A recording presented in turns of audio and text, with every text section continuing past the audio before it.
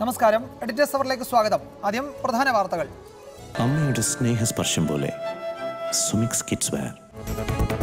കൃഷി വകുപ്പിലെ ഉദ്യോഗസ്ഥ പോരിലൊടുവിൽ സർക്കാർ ഇടപെട്ടു. രാജു നാരായണസ്വാമിയെയും ബിജു പ്രഭാകരനെയും മാറ്റി. ടിക്കാറാം മീണ പുതിയ പ്രിൻസിപ്പൽ സെക്രട്ടറി.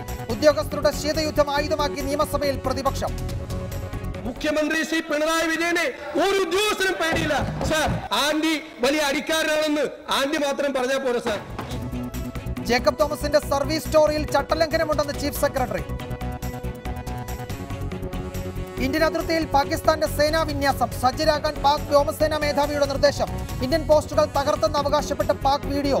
സിയാച്ചിന് മുകളിലൂടെ സേനാ വിമാനം പറത്തിയെന്ന് പാക് വാദം തള്ളി ഇന്ത്യ. വിഴിഞ്ഞം കരാറിലൂടെ അദാനി ഗ്രൂപ്പിന് കൊള്ളലാഭമുണ്ടായെന്ന CAG റിപ്പോർട്ട് ഗൗരവമായി പരിശോധിക്കുമെന്ന് മുഖ്യമന്ത്രി. വഴിവിട്ട് സഹായിച്ചിട്ടില്ലെന്ന് ഉമ്മൻചാണ്ടി. വിശദീകരണം കൊടുക്കാൻ CAG സർക്കാരിന് അവസരം നൽകിയില്ല.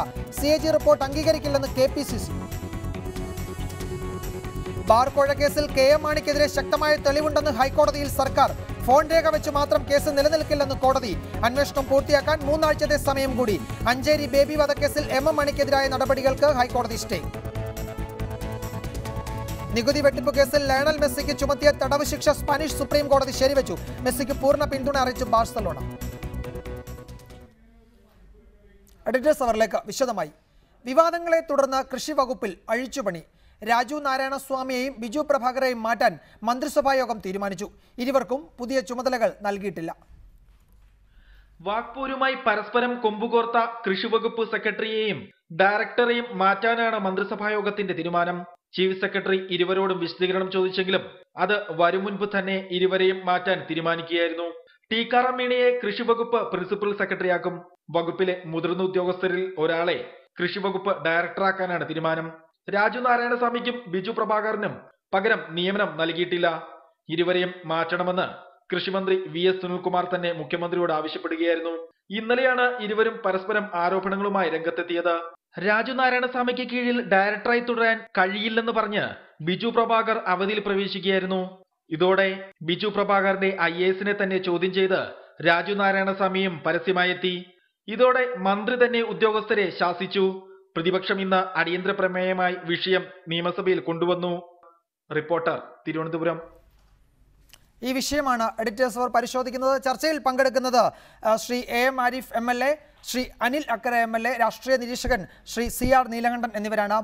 ആദ്യം ശ്രീ AM ആരിഫ്, ഒടുവിൽ സർക്കാരിന് സമ്മതിക്കേണ്ടി വന്നു കൃഷി വകുപ്പിൽ പ്രശ്നങ്ങൾ നടക്കുന്നുണ്ട് എന്ന്. ഈ 2 ഉദ്യോഗസ്ഥരെയും ആ വകുപ്പിൽ നിലനിർത്തിക്കൊണ്ട് മുന്നോട്ട് പോകാൻ പറ്റില്ല എന്ന് ഒടുവിൽ സർക്കാരിന് സമ്മതിക്കേണ്ടി വന്നു. ഇന്ന് നിയമസഭയിൽ വിഷയം ഉന്നയിച്ചപ്പോൾ 2 ഉദ്യോഗസ്ഥർ തമ്മിലുള്ള അഭിപ്രായ വ്യത്യാസം പരിഹരിച്ചു മുന്നോട്ട് പോകും, ഇത് വകുപ്പിന്റെ പ്രവർത്തനത്തെ ബാധിക്കുകയേ ഇല്ല എന്നായിരുന്നു മുഖ്യമന്ത്രിയും വകുപ്പ് മന്ത്രി ശ്രീ സുനിൽകുമാറും പറഞ്ഞത്. അതിനപ്പുറത്തേക്കാണ് കാര്യങ്ങൾ എന്ന് ഇപ്പോൾ സർക്കാരിന് ബോധ്യപ്പെട്ടു. അതുകൊണ്ടാണല്ലോ ഈ 2 ഉദ്യോഗസ്ഥരെയും മാറ്റി നിർത്തിയത്. അതിൽ കൗതുകമുള്ളത്, രാജു നാരായണസ്വാമി ഗുരുതരമായ ആരോപണങ്ങൾ ഉന്നയിച്ചിരുന്നു തൻ്റെ താഴെയുള്ള ഉദ്യോഗസ്ഥനെ പറ്റി, പ്രത്യേകിച്ച് ബിജു പ്രഭാകരെ പറ്റി. അവിടെ ബിജു പ്രഭാകരനെ മാറ്റിയത് അദ്ദേഹം അവധിക്ക് അപേക്ഷ നൽകിയതുകൊണ്ട് പുതിയ ആൾക്ക് ചുമതല കൊടുക്കാൻ വേണ്ടിയാണ്. പക്ഷെ രാജു നാരായണസ്വാമിയെ മാറ്റിയത് ഫയലുകളിൽ തീർപ്പ് കൽപ്പിക്കാൻ കാലതാമസം വരുത്തുന്നു എന്ന് പറഞ്ഞാണ്. ഇവിടെ ആരോപണം ഉന്നയിച്ച രാജു നാരായണസ്വാമിക്കും ആരോപണ വിധേയനുമൊക്കെ ഒരേ ശിക്ഷ സർക്കാർ നടപ്പാക്കി എന്ന ഒരു കൗതുകം കൂടിയുണ്ട് ഈ ക്യാബിനറ്റ് യോഗത്തിലെ തീരുമാനത്തിന്. താങ്കൾ എങ്ങനെ പ്രതികരിക്കുന്നു ഈ വിഷയത്തോട്?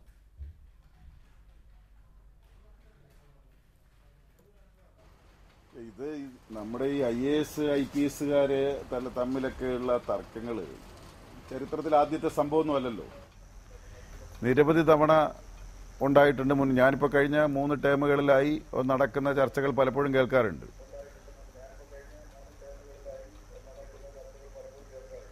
കഴിഞ്ഞ ടേമിൽ തന്നെ എത്രയോ കാര്യം ഞാൻ എൻ്റെ രേഖകളെല്ലാം കൊണ്ടുവന്നിട്ടുണ്ട്.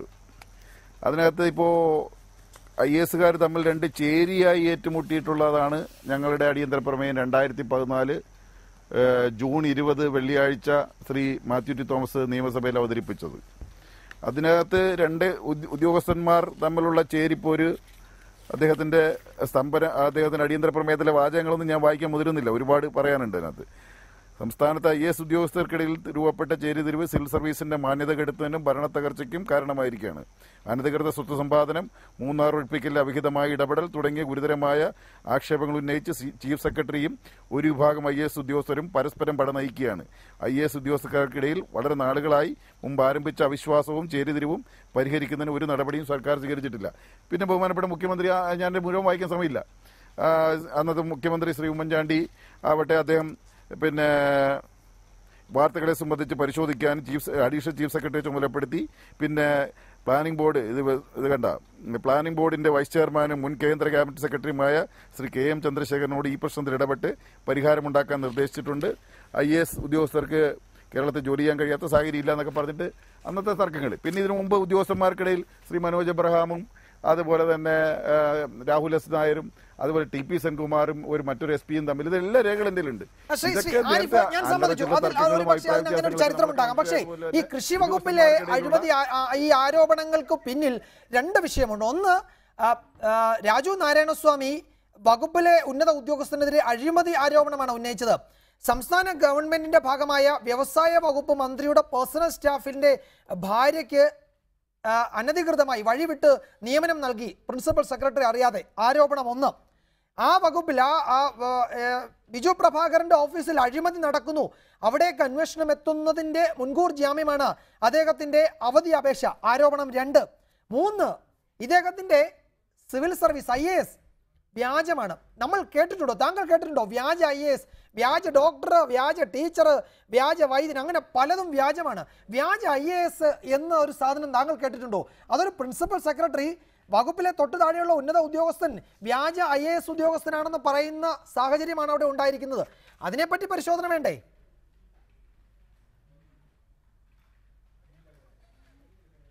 അതിൽ ഇന്ന് പറഞ്ഞ കാര്യങ്ങളെല്ലാം ബഹുമാനപ്പെട്ട കൃഷി വകുപ്പ് മന്ത്രി ശ്രീ സുനിൽകുമാർ മറുപടി പറഞ്ഞിട്ടുണ്ട്. ഒന്ന്, ഡെപ്യൂട്ടേഷനിൽ വന്ന ഒരു ഉദ്യോഗസ്ഥ അവിടെ സംസ്ഥാന നമ്മുടെ സെക്രട്ടേറിയറ്റിൽ തന്നെ ജോലി നോക്കുന്ന ഒരു ഉദ്യോഗസ്ഥയാണ്. അവരെ ഈ വകുപ്പിൽ നിന്ന് ഡെപ്യൂട്ടേഷനിൽ മാറ്റി നിയമിച്ചതാണ്. അല്ലാതെ ഒരു വഴിവിട്ട നിയമനം അതിനകത്തില്ല എന്ന് പറഞ്ഞ് പ്രതിപക്ഷത്തെ പിന്നെ അത് സ്റ്റിക്ക് ഓൺ ചെയ്തില്ല. അങ്ങനെ അല്ല എന്ന് പറഞ്ഞ് പ്രതിപക്ഷ നേതാവ് സംസാരിച്ചപ്പോൾ പിന്നൊന്നും മിണ്ടിയില്ലല്ലോ അക്കാര്യത്തിൽ. അപ്പോൾ അത് വെറുതെ ഒരു ആരോപണം ഒന്ന് പൊലിപ്പിക്കാൻ വേണ്ടി ഏതാണ്ട് വഴിവിട്ട ആരോപണങ്ങൾ ആരെയോ പുറത്തുനിന്ന് കൊണ്ടുവന്ന് നിയമിച്ചു എന്നുള്ള മട്ടിലേക്ക് ഒന്ന് കൊണ്ടുവരാൻ വേണ്ടിയുള്ള ശ്രമമാണ്. അത് പരാജയപ്പെട്ടു. നിയമസഭയിൽ ദയനീയമായി പരാജയപ്പെടുന്നതാണ് കണ്ടത്.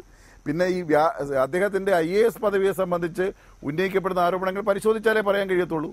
നേരത്തെ ഇദ്ദേഹത്തിന്റെ IAS പദവി സംബന്ധിച്ച് നേരത്തെ കേസുണ്ടായിരുന്നു. കേസിൽ അദ്ദേഹത്തിന് കിട്ടിയില്ല. പിന്നെ അദ്ദേഹം സുപ്രീം കോടതിയിൽ പോയി. അങ്ങനെ കേസ് ഒരുപാട് നടത്തിയാണ് IAS പദവി കൺഫർ ചെയ്ത് മേടിച്ചെടുത്തിട്ടുള്ളത്. അത് ഇതിനു വേണ്ടി ചരിത്രമുണ്ട്. അതിന്റെ ശരി തെറ്റുകളെ സംബന്ധിച്ചൊക്കെ കോടതി തന്നെ നേരത്തെ പരിശോധിച്ചിട്ടുള്ളതാണ്. ഇനിയും ആരോപണങ്ങൾ ഉയർന്നു വരികയാണെങ്കിൽ പരിശോധിക്കേണ്ട വന്ന സാഹചര്യമാണെങ്കിൽ പരിശോധിക്കും.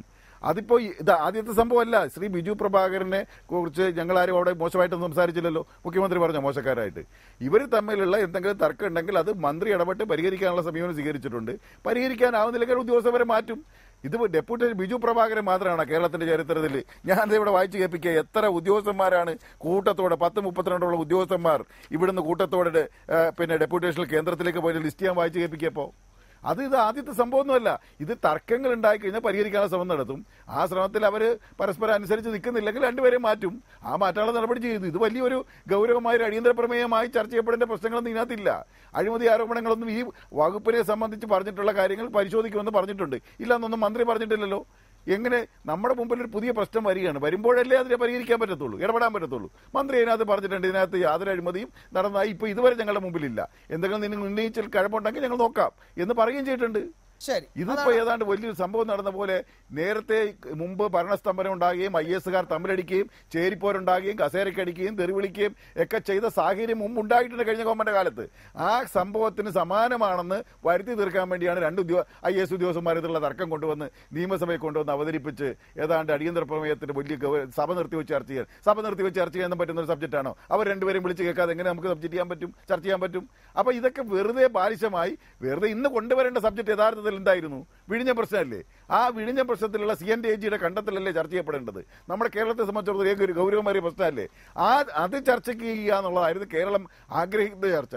പക്ഷേ ഇവർക്ക് സബ്ജക്റ്റ് ഇല്ലാത്തതുകൊണ്ട് ഇവർ ഒരു ചെറിയ കാര്യം എടുത്തുകൊണ്ട് ഉദ്യോഗസ്ഥന്മാർ തമ്മിലുള്ള വഴക്ക് പ്രശ്നം കൊണ്ടുവന്നു. അല്ല ശ്രീ എ എം ആരിഫ്, വിഴിഞ്ഞം ഉന്നയിക്കാൻ പ്രതിപക്ഷം തയ്യാറല്ലെങ്കിൽ ഭരണപക്ഷത്തിന് സാധ്യത ഉണ്ടായിരുന്നു. ഇന്ന് TV രാജേഷ് MLA ഈ വിഷയത്തിൽ ഒരു ചോദ്യം ചോദിച്ചു മുഖ്യമന്ത്രിയോട്. ആ ചോദ്യത്തിന് മുഖ്യമന്ത്രി പറഞ്ഞത് ഇത് ഗൗരവമായി പരിഗണിക്കും, പരിശോധിക്കുമെന്നാണ്.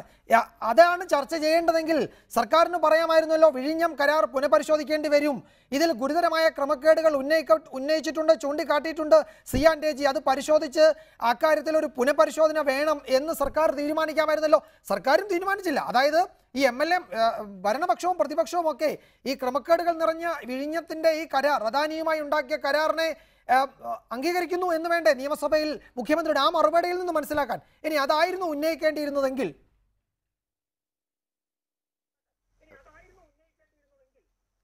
അല്ല, ഞാൻ പറഞ്ഞത് അതാണ് ഉന്നയിക്കേണ്ടിയിരുന്നതെന്ന് പറഞ്ഞു കഴിഞ്ഞാൽ ഇന്നലെ ആണ് CNTG റിപ്പോർട്ട് വന്നത്. CNTG റിപ്പോർട്ട് പുറത്ത് വന്നതിൻ്റെ പശ്ചാത്തലത്തിൽ ഇത് സഭയിൽ ഉന്നയിക്കപ്പെട്ട സന്ദർഭത്തിൽ തന്നെ ബഹുമാനപ്പെട്ട കേരളത്തിൻ്റെ മുഖ്യമന്ത്രി പറഞ്ഞു ഗൗരവമേറിയ പരാമർശങ്ങളാണ് വന്നിട്ടുള്ളത്, അത് പരിശോധിക്കപ്പെടും എന്നല്ലാതെ ഈ ഘട്ടത്തിൽ ഉടനെ തന്നെ എഗ്രിമെന്റ് ക്യാൻസൽ ചെയ്ത് എത്രത്തോളം പോകാൻ പറ്റും എന്ന നിയമവശങ്ങൾ, അതിൻ്റെ സാധുത, എഗ്രിമെന്റുമായി ബന്ധപ്പെട്ട കാര്യങ്ങൾ ഇതെല്ലാം നിൽക്കുകയാണ്. കേരളത്തെ സംബന്ധിച്ചിടത്തോളം പ്രതീക്ഷയേറിയ ഒരു പദ്ധതിയെ ഇങ്ങനെ തർക്കത്തിൽപ്പെടുത്തി ഇല്ലാതാക്കി കളഞ്ഞത് LDF ആണ് എന്ന് പറയാനുള്ള സാഹചര്യം ഉണ്ടാക്കാതെയും പദ്ധതി നടപ്പിലാക്കാൻ കഴിയുകയും വേണം, എന്നാൽ ഉന്നയിക്കപ്പെട്ട പ്രശ്നങ്ങൾക്ക് പരിഹാരം കാണുകയും വേണം. ഈ ഒരു അപ്രോച്ചാണ് ആദ്യം മുതലേ എടുത്തത്. ഞങ്ങൾ അദാനിയുമായിട്ടുള്ള കരാറിന്റെ കാലഘട്ടത്തിൽ ഇതെല്ലാം ഓരോന്നോരോന്ന് എണ്ണി അന്ന് LDF പറഞ്ഞ കാര്യമാണ്. പക്ഷേ ഞങ്ങൾ ഇതിനെതിരാണെന്നാണ് അന്ന് പ്രചരിപ്പിക്കാൻ ശ്രമിച്ചത്. മാധ്യമങ്ങളിൽ ചിലരെല്ലാം അതിന് കൂട്ടുനിന്നു, ഞങ്ങൾ ഇതിനെതിരാണ് എന്ന്. പക്ഷേ ഞങ്ങൾ പറഞ്ഞു ഞങ്ങൾ ഈ പദ്ധതി വരണമെന്ന് ആഗ്രഹിക്കുന്നു, ഞങ്ങൾ ഇതിന്റെ വ്യവസ്ഥകളെയാണ് എതിർക്കുന്നത് എന്ന് ഞങ്ങൾ അന്ന് അക്കവിട്ട് പറഞ്ഞിരുന്നു. ആ പറഞ്ഞ കാര്യങ്ങളെല്ലാം ഏറെക്കുറെ ഇന്ന് CNTG ശരിവച്ചിരിക്കുകയാണ്. ഈ പ്രശ്നത്തെ എങ്ങനെയാണ് എഗ്രിമെന്റ് വെച്ച് നമ്മൾ പ്രവൃത്തിയിലേക്ക് കടക്കുന്ന ഘട്ടത്തിൽ ആ പദ്ധതി നമുക്ക് നഷ്ടപ്പെടാതെ പരിഹരിക്കാൻ പറ്റും. നമുക്കറിയാലോ രാഷ്ട്രീയ സാഹചര്യങ്ങൾ, അതൊക്കെ ഞാൻ പറയാം, നിങ്ങൾക്കറിയാം. അദാനിയെ പോലുള്ള ഒരാളെ ഒഴിവാക്കിക്കൊണ്ട് ആ പദ്ധതിയുമായി മുന്നോട്ട് പോകാൻ പോയാൽ കേന്ദ്ര സർക്കാർ എത്രത്തോളം ആയിരിക്കും അതിനെ സമീപിക്കുന്നുള്ള പ്രശ്നമൊക്കെ നമ്മുടെ മുമ്പിലുണ്ട്. നിങ്ങൾ അദാനിയും കേന്ദ്ര സർക്കാരിന്റെ സ്വാധീനവും ഒക്കെ നിങ്ങൾ കുറച്ച് കാണണ്ട. അപ്പോൾ ഇത്തരം പ്രശ്നങ്ങൾ നിൽക്കുമ്പോൾ എങ്ങനെയാണ് ഇത് കൈകാര്യം ചെയ്യേണ്ടത് എന്ന് സംബന്ധിച്ച് കൂടുതൽ ഗൗരവമായ ചർച്ചയ്ക്കും ആലോചനയ്ക്കും ശേഷം വേണം തീരുമാനമെടുക്കാൻ. അല്ലാതെ CNTG റിപ്പോർട്ടിന്റെ അടിസ്ഥാനത്തിൽ ചാടിക്കേറി ബാക്കി എല്ലാ പ്രശ്നങ്ങളും പറഞ്ഞത് ഇവിടെ അവസാനിപ്പിക്കുകയാണ് എന്ന് പറയുന്നതാണോ മര്യാദ? അപ്പോൾ അത്തരത്തിലേക്ക് പോകാൻ കഴിയില്ല.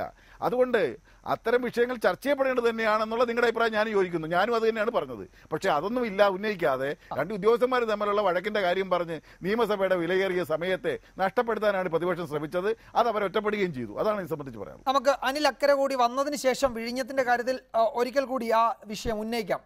ഞാൻ ദയവായി തുടരുക Shri A M Arif. Shri CR Neelakantan, ഇവിടെ ഇപ്പോൾ കൃഷി വകുപ്പിൽ കാര്യങ്ങളൊന്നും ശുഭകരമല്ല എന്ന സൂചന നൽകിയത് മാധ്യമപ്രവർത്തകരോ പ്രതിപക്ഷവുമല്ല, അവിടുത്തെ ഉന്നത ഉദ്യോഗസ്ഥനാണ്. ബിജു പ്രഭാകരന്റെ ഓഫീസിൽ നടക്കുന്നത് അഴിമതിയാണ് എന്ന്, ഡയറക്ടറുടെ ഓഫീസിൽ നടക്കുന്നത് അഴിമതിയാണ് എന്ന് രാജു നാരായണസ്വാമി പ്രിൻസിപ്പൽ സെക്രട്ടറി പറഞ്ഞു. അവിടെ നിയമനത്തിൽ അഴിമതി അദ്ദേഹം ആരോപിച്ചു. ആ ഓഫീസിലേക്ക് അഴിമതിയുമായി ബന്ധപ്പെട്ട തെളിവ് തേടി ഞാൻ ചെല്ലും എന്നറിഞ്ഞപ്പോൾ അദ്ദേഹം അവധിക്ക് അപേക്ഷ കൊടുത്തു. അതൊരു മുൻകൂർ ജാമ്യമായി കണ്ടാൽ മതിയെന്ന് പ്രിൻസിപ്പൽ സെക്രട്ടറി മാധ്യമങ്ങളോട് പറഞ്ഞു. അദ്ദേഹത്തിന്റെ IAS വ്യാജമാണെന്ന് പറഞ്ഞു. ഇതൊക്കെ നിലനിൽക്കെ ഈ രണ്ട് ഉദ്യോഗസ്ഥരെ മാറ്റിയത് കൊണ്ട് ഈ പ്രശ്നം പരിഹരിക്കപ്പെട്ടോ? ഒന്നാമത്തെ കാര്യം, ഇപ്പോൾ ആരിഫ് പറഞ്ഞു ഇത് അടിയന്തര പ്രമേയത്തിനുള്ള വിഷയമല്ല. 2014 അടിയന്തര പ്രമേയം ഇതേ വിഷയത്തിൽ അവതരിപ്പിച്ചു എന്നും അദ്ദേഹം പറഞ്ഞു. അപ്പോൾ അത് ഉദ്യോഗസ്ഥർ തമ്മിലുള്ള പോരാട്ടം പുതിയതല്ല എങ്കിലും അത് അടിയന്തര പ്രമേയത്തിന് വിഷയമാണ്. ഗവൺമെൻറ് തന്നെ വന്നതിന് ശേഷം നമുക്കറിയാം ജേക്കബ് തോമസും IPSഉം IASഉം രണ്ട് ഗ്രൂപ്പായി നിന്ന് നടത്തിയ തർക്കങ്ങൾ, ചർച്ചകൾ നമ്മൾ ഈ ചാനലിൽ തന്നെ പല പ്രാവശ്യം ചർച്ച ചെയ്തിട്ടുള്ളതാണ്. അപ്പോൾ ആ തർക്കങ്ങൾ ഉണ്ടായിക്കോട്ടെ. പക്ഷെ ഇവിടെ പ്രശ്നം അതല്ല. രണ്ടുപേരെയും മാറ്റുക കൂടി ചെയ്തതോടെ പ്രതിപക്ഷം ഉന്നയിച്ച കാര്യം ശരിയാണെന്നല്ലേ അന്തിമമായി വന്നത്. ഇവരെ ഇരുത്തിക്കൊണ്ടത് മുമ്പോട്ട് പോകാൻ പറ്റില്ല എന്നാണ്. അതൊരു ആ അർത്ഥത്തിൽ പ്രതിപക്ഷം. പക്ഷെ പ്രതിപക്ഷത്തിന് ഇവിടെ ഒരു ദൗർബല്യമുണ്ട്. യഥാർത്ഥത്തിൽ പ്രതിപക്ഷം ആവശ്യപ്പെടേണ്ടിയിരുന്നത് ഇത്ര ഗുരുതരമായ ആരോപണം ഒരു പ്രിൻസിപ്പൽ സെക്രട്ടറി ഉന്നയിക്കുമ്പോൾ അത് അന്വേഷിക്കണം. ഇപ്പം ബിജു പ്രഭാകരൻ്റെ IAS വ്യാജമാണോ എന്ന് അന്വേഷിക്കണം എന്ന് ഒരു പ്രാവശ്യം പോലും പ്രതിപക്ഷം പറഞ്ഞില്ല. ബിജു പ്രഭാകർ ഗുഡ് സർട്ടിഫിക്കറ്റ് കൊടുത്തു രമേശ് ചെന്നിത്തല.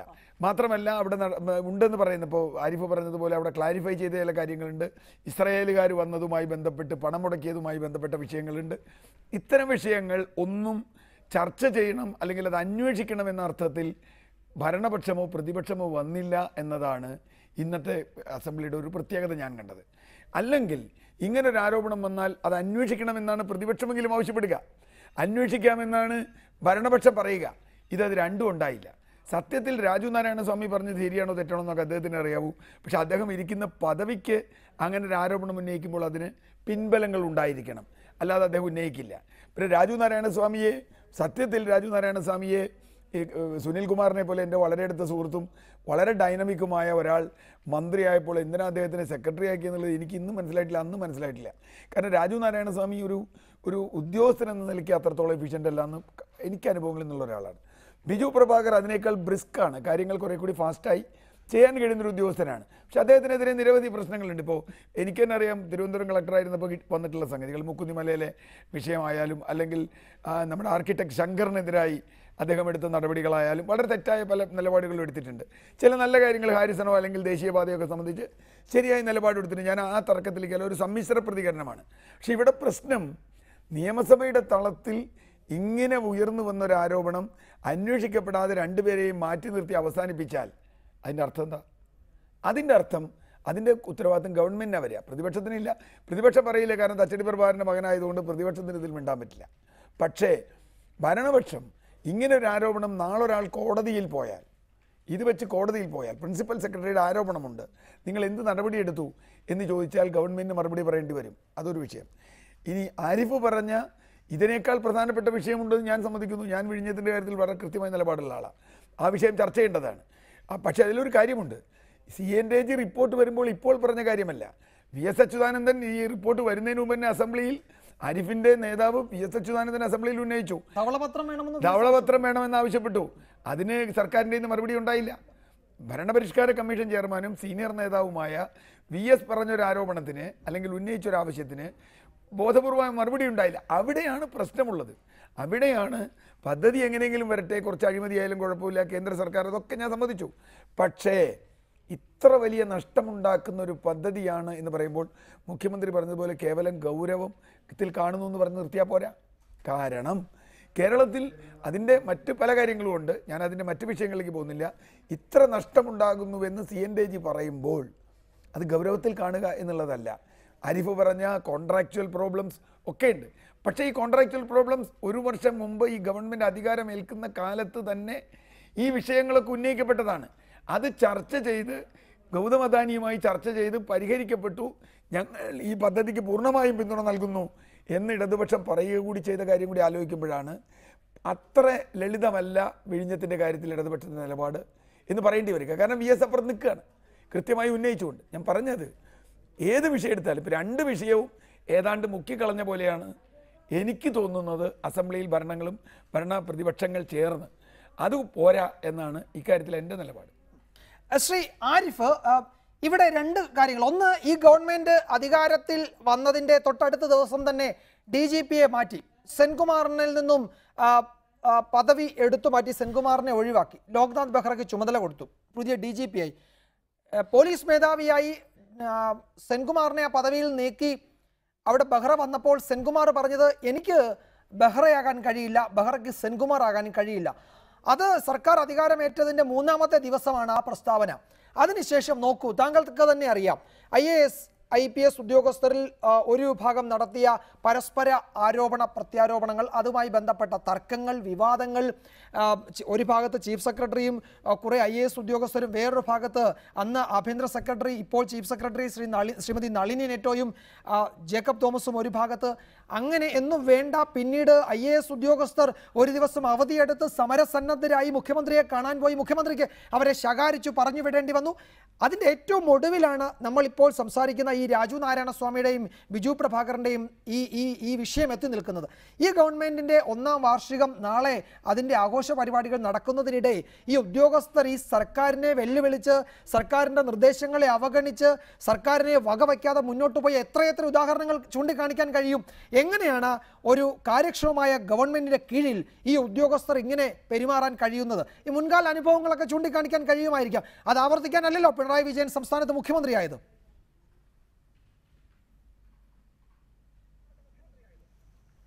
അല്ല, ഈ ഞാൻ നേരത്തെ സൂചിപ്പിച്ച പോലെ ശ്രീ CR നീലകണ്ഠൻ, എൻ്റെ സുഹൃത്ത്, ബഹുമാന്യനായ സുഹൃത്ത്, അദ്ദേഹം 2 ഉദ്യോഗസ്ഥന്മാർ തമ്മിലുള്ള തർക്കത്തെക്കുറിച്ചാണ് ഞാൻ ഇന്ന് പറഞ്ഞതെന്ന് അദ്ദേഹം തെറ്റായി ധരിച്ചാണ് പറഞ്ഞത്. ഞാൻ പറഞ്ഞത് അന്ന് ശ്രീ ഭരത് ഭൂഷൺ IAS ചീഫ് സെക്രട്ടറിയുടെ നേതൃത്വത്തിലുള്ള ഒരു ടീമും മറുഭാഗത്ത് വേറൊരു ടീമും തമ്മിലായിരുന്നു അന്ന് ഏറ്റുമുട്ടിയത്. അക്കാലത്താണ് പരസ്യമായി നാളിതുവരെയുള്ള കേരളത്തിന്റെ ചരിത്രത്തിൽ ആദ്യമായിട്ടാണ് IASകാർ രണ്ട് ചേരിയായത്. അല്ല, രണ്ട് വ്യക്തികൾ തമ്മിലല്ല അന്ന് ഏറ്റുമുട്ടിയത്. ഞാൻ അതേക്കുറിച്ചുമല്ല പറഞ്ഞത്. അതൊക്കെ പണ്ടും ഉണ്ടായിട്ടുണ്ടോ, ഇപ്പോഴും ഉണ്ടായിട്ടുണ്ട്. അന്ന് രണ്ട് ചേരിയായി ഏറ്റുമുട്ടി പരസ്പരം ഇവരുടെ യോഗങ്ങളിൽ കസേരയെടുക്കുകയും അന്യോന്യം മർദ്ദിക്കാൻ വരെ തയ്യാറാകുകയും പുറത്തു പറയാൻ കൊള്ളാത്ത ഭാഷകൾ ഇവർ അന്യോന്യം ഉപയോഗിക്കുകയും IASകാരുടെ യോഗത്തിൽ ഏറ്റുമുട്ടി പിരിഞ്ഞു എന്നൊക്കെ മാധ്യമ വാർത്തകൾ അങ്ങ് ഓർക്കുന്നുണ്ടാവും. അതൊക്കെ അത്തരത്തിലുള്ള ചേരിതിരിവ് അന്ന് രൂപപ്പെടുത്തിയിട്ടത് ഇന്നും തുടരുകയാണ്. കുറച്ചൊക്കെ അത് കുറച്ച് പരിഹരിച്ചു, എല്ലാം പരിഹരിച്ചു എന്നൊന്നും ഞങ്ങൾ പറഞ്ഞിട്ടില്ല. അതാണ് ബഹുമാനപ്പെട്ട മുഖ്യമന്ത്രി നിയമസഭയിൽ പറഞ്ഞത്. പഴയതിന്റെ ചില വാങ്ങലുകൾ, ചില ഹാങ് ഓവറുകൾ ഇപ്പോഴും ചില സ്ഥലങ്ങളിൽ നിൽക്കുന്നുണ്ട്. അത് പരിഹരിക്കാനാണ് ഞങ്ങൾ ശ്രമിച്ചുകൊണ്ടിരിക്കുന്നത്. ഇപ്പൊ ഇതിലെ ആരോപണങ്ങളും പ്രത്യാരോപണങ്ങളിലേക്ക് സംബന്ധിച്ചുള്ള കാര്യങ്ങളെ സംബന്ധിച്ചല്ല ഗവൺമെന്റ് ഇപ്പോൾ ഇടപെട്ടത്.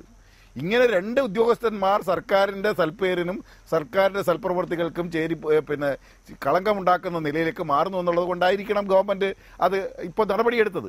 അതുകൊണ്ട് അവർ ഉന്നയിക്കപ്പെട്ടുള്ള ആരോപണങ്ങളെല്ലാം അതോടുകൂടി മുക്കി എന്ന അർത്ഥത്തിലേക്ക് നിഗമനത്തിലേക്ക് എത്തിച്ചേരരുത്. അതിന്മേൽ തുടർ നടപടി എന്തൊക്കെ സ്വീകരിക്കുന്നു എന്നത് നമുക്ക് കാത്തിരുന്ന് നോക്കാം, പരിശോധിക്കാം. ഈ വിഷയങ്ങൾ അവർ രണ്ട് ഉദ്യോഗസ്ഥന്മാരാണ്, രണ്ട് IASകാരാണ്, അവർ ഉന്നയിച്ചിട്ടുള്ള കാര്യങ്ങൾ പരിശോധിക്കാം. അതിലൊന്നും ഒരു തർക്കവുമില്ല. അപ്പോൾ നേരത്തെ വിഴിഞ്ഞവുമായി ബന്ധപ്പെട്ടുള്ള ചില കാര്യങ്ങൾ പറഞ്ഞു. ഇതൊന്നും വിഴിഞ്ഞവുമായി ബന്ധപ്പെട്ട് നേരത്തെ ഞങ്ങൾ ഉന്നയിച്ച പ്രശ്നങ്ങൾ തന്നെയാണ് സഖാവ് VS കഴിഞ്ഞ ദിവസം സബ്മിഷനിൽ ഉന്നയിച്ചത്. ആ പ്രശ്നത്തിൽ മറുപടി പറഞ്ഞതും ഇതുവരെ ഉന്നയിക്കപ്പെട്ടുള്ള പ്രശ്നങ്ങളെല്ലാം നിരാകരിച്ചുകൊണ്ടും ഇപ്പോൾ അത് പരിഗണിക്കുന്നില്ല എന്ന് പറഞ്ഞാണോ മറുപടി പറഞ്ഞത്? ഗവൺമെന്റ് ആലോചിച്ച കാര്യത്തിൽ ഉന്നയിക്കപ്പെട്ട പ്രശ്നങ്ങളെ സംബന്ധിച്ച് ഗവൺമെന്റ് ആലോചിച്ചൊരു തീരുമാനമെടുക്കാമെന്നാണ് വകുപ്പ് മന്ത്രിയായിട്ടുള്ള ശ്രീ കടന്നപ്പള്ളി രാമേന്ദ്രൻ മറുപടി പറഞ്ഞത്. അല്ലാതെ പാടെ നിരാകരിച്ചും തള്ളിക്കളഞ്ഞുമല്ല പോയിരിക്കുന്നത്. ബഹുമാനപ്പെട്ട സഖാവ് VS ഉന്നയിച്ച പ്രശ്നത്തെ ശരിവെക്കുന്ന റിപ്പോർട്ടാണ് CNDAG ഇപ്പോൾ പുറത്തുവിട്ടിട്ടുള്ളത്. അദ്ദേഹത്തിന്റെ ധവളപത്രം ഇറക്കണം എന്നുള്ളതിന്റെ ആവശ്യം ശരിവെക്കുന്ന നിലയിലേക്കാണ്. ഞാൻ എപ്പോഴും പറയുന്നത്, ആ പ്രശ്നത്തിന്റെ പേരിൽ ഇവരെന്തെല്ലാം ന്യായീകരിക്കാൻ ഉമ്മൻചാണ്ടിയും അതുപോലെ തന്നെ UDFും ഇപ്പൊ തീരുമാനിച്ചെന്നാണ് മാധ്യമ വാർത്തകൾ കാണുന്നത്. ഇവരെന്തെല്ലാം ന്യായീകരിക്കാൻ ശ്രമിച്ചാലും അതുണ്ടാക്കിയിട്ടുള്ള കേരളത്തിലുണ്ടാകുന്ന നഷ്ടത്തെ സംബന്ധിച്ച് കുറഞ്ഞപക്ഷം നമ്മൾ ചർച്ച ചെയ്യാതെ പോകാനാവില്ല. അപ്പോൾ ആ പദ്ധതി നഷ്ടപ്പെടാതെ എങ്ങനെയാണ് ഈ ഉയർന്നു വന്ന പ്രശ്നത്തെ സമീപിക്കുക എന്ന നിലപാടാണ് സ്വീകരിക്കാൻ കഴിയുക. അതിപ്പോ നേരത്തെ അദ്ദേഹം നമ്മുടെ ഇവിടെ ചർച്ച ചെയ്യപ്പെട്ട സെൻകുമാറിന്റെ വിഷയമൊക്കെ കൊണ്ടുവന്നതും മറ്റു കാര്യങ്ങൾ ഇതൊക്കെ ഞാൻ നേരത്തെ പറഞ്ഞതാണ്. സെൻകുമാറിന്റെ വിഷയവുമായി ബന്ധപ്പെട്ടൊക്കെയുള്ള ഒരുപാട് തർക്കങ്ങൾ അന്ന് ഉദ്യോഗസ്ഥന്മാർ എത്ര പേര് അഡ്മിനിസ്ട്രേറ്റീവ് ട്രിബ്യൂണലിൽ പോയി ഞാൻ വായിച്ചു കേൾപ്പിക്കാം. 10ഓളം IPS ഉദ്യോഗസ്ഥന്മാർ കഴിഞ്ഞ സർക്കാരിനെതിരെ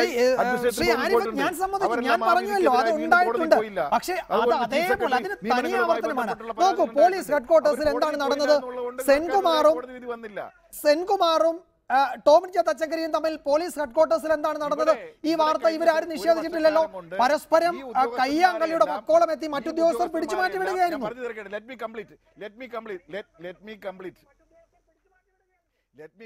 ഞാൻ അതാ പറഞ്ഞത്. ഇവിടെ കഴിഞ്ഞ LDFന്റെ പ്രകടന പത്രികയിലെ വാഗ്ദാനങ്ങൾ നിറവേറ്റുക എന്ന ലക്ഷ്യത്തിലേക്ക് ഭരണ സംവിധാനത്തെ ഉപയോഗപ്പെടുത്തുക എന്നുള്ളതാണ് ഞങ്ങൾ ചെയ്തുകൊണ്ടിരിക്കുന്നത്. അതിലേക്ക് ഞങ്ങൾക്ക് വലിയൊരു വളവിൽ ഒരു വർഷക്കാലം എന്ന് പറഞ്ഞു കഴിഞ്ഞാൽ മുൻ സർക്കാരിന്റെ ബഡ്ജറ്റും അത് കഴിഞ്ഞിട്ട് പുതിയ സർക്കാർ വന്നതിന് ശേഷം കിട്ടിയ 10 മാസ കാലയളവാണ്. ആ 10 മാസ കാലയളവിനുള്ളിൽ ഞങ്ങൾ എത്രത്തോളം മുന്നോട്ട് വരാൻ ശ്രമിച്ചിട്ടുണ്ടെന്ന് നിങ്ങൾ ഓരോന്നിനെ ബേസ് ചെയ്ത് നമുക്ക് സംസാരിക്കാം. അതേ ഞാൻ പറയുന്നുള്ളൂ. അല്ലാതെ ഉദ്യോഗസ്ഥന്മാർ തമ്മിലുള്ള പ്രശ്നങ്ങളെല്ലാം പൂർണ്ണമായി സഡൻ ബ്രേക്ക് ഇട്ട് ചവിട്ടി നിർത്താൻ പറ്റുന്ന ഒരു കാര്യമൊന്നുമല്ല. അതിനിടയിൽ അവരുടെ ചേരിപ്പോരുണ്ട്, അവരുടെ ഈഗോ ക്ലാഷ് ഉണ്ട്, ഇതെല്ലാം നിൽക്കുകയാണ് നമ്മുടെ സമൂഹത്തിൽ. അതിനെ പരിഹരിക്കാനുള്ള ഇടപെടലാണ് ഫലപ്രദമായി നടത്തിക്കൊണ്ടിരിക്കുന്നത്. അതുകൊണ്ടാണ് ഇപ്പോൾ ഒരു മെസ്സേജ് കൊടുത്തത്.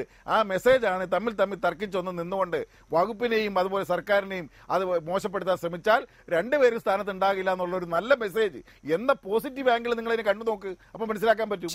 ശരി, ഞാൻ വരാം താങ്കളിലേക്ക്. ശ്രീ ആരിഫ് ദയവായി തുടരുക. ശ്രീ CR നീലകണ്ഠൻ, ഇതൊരു മെസ്സേജാണോ എന്നതൊരു ചോദ്യം.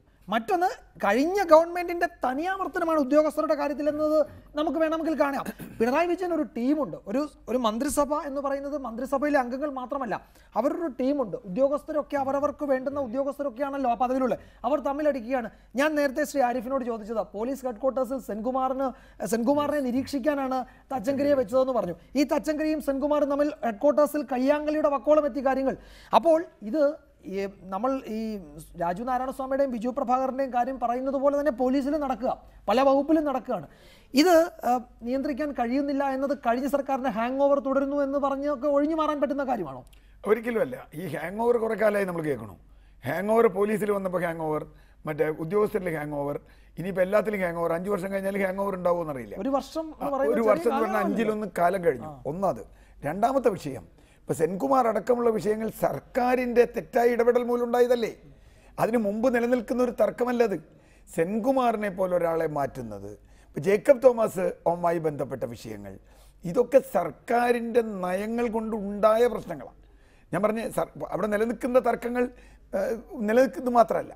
അപ്പോൾ സർക്കാർ IAS IPS ഉദ്യോഗസ്ഥരെ സമാധാനപൂർവ്വമായി തങ്ങളുടെ അജണ്ട നടപ്പാക്കാൻ കഴിയുന്ന വിധം കൊണ്ടുപോകുന്നതിൽ വിജയിച്ചോ എന്ന് ചോദിച്ചാൽ ഇല്ല എന്ന് അടിവരയിട്ട് പറയേണ്ടി വരും. മാത്രമല്ല, ഇപ്പോൾ സെൻകുമാറിൻ്റെ പോലൊരു വിഷയത്തിൽ വൈരനിര്യാതന ബുദ്ധിയോടെ സർക്കാർ പ്രവർത്തിച്ചു എന്ന് സുപ്രീം കോടതിക്ക് പറയേണ്ടി വരികയും മാപ്പ് പറയേണ്ടി വരികയും പിഴകെട്ടേണ്ടി വരികയും ചെയ്ത അവസ്ഥയും കൂടി ആലോചിക്കുമ്പോൾ യഥാർത്ഥത്തിൽ ഒഴിവാക്കാമായിരുന്നല്ലോ. അങ്ങനൊരു കറ്റാസ്ട്രോഫി, ഒരു ഡിസാസ്റ്റർ ഒഴിവാക്കാമായിരുന്നു എന്നുള്ളത് ഇല്ല എന്ന് മാത്രമല്ല, ഇപ്പോൾ രാജു നാരായണ സ്വാമിയുടെയോ അല്ലെങ്കിൽ ബിജു പ്രഭാകരൻ്റെയോ കാര്യത്തിൽ വരുമ്പോൾ, അല്ലെങ്കിൽ നേരത്തെ സെൻകുമാറിൻ്റെ കാര്യത്തിൽ തന്നെ ഉണ്ടായ വലിയൊരു വിവാദം ഫയൽ തിരുത്തി കൊടുത്തതാണ്.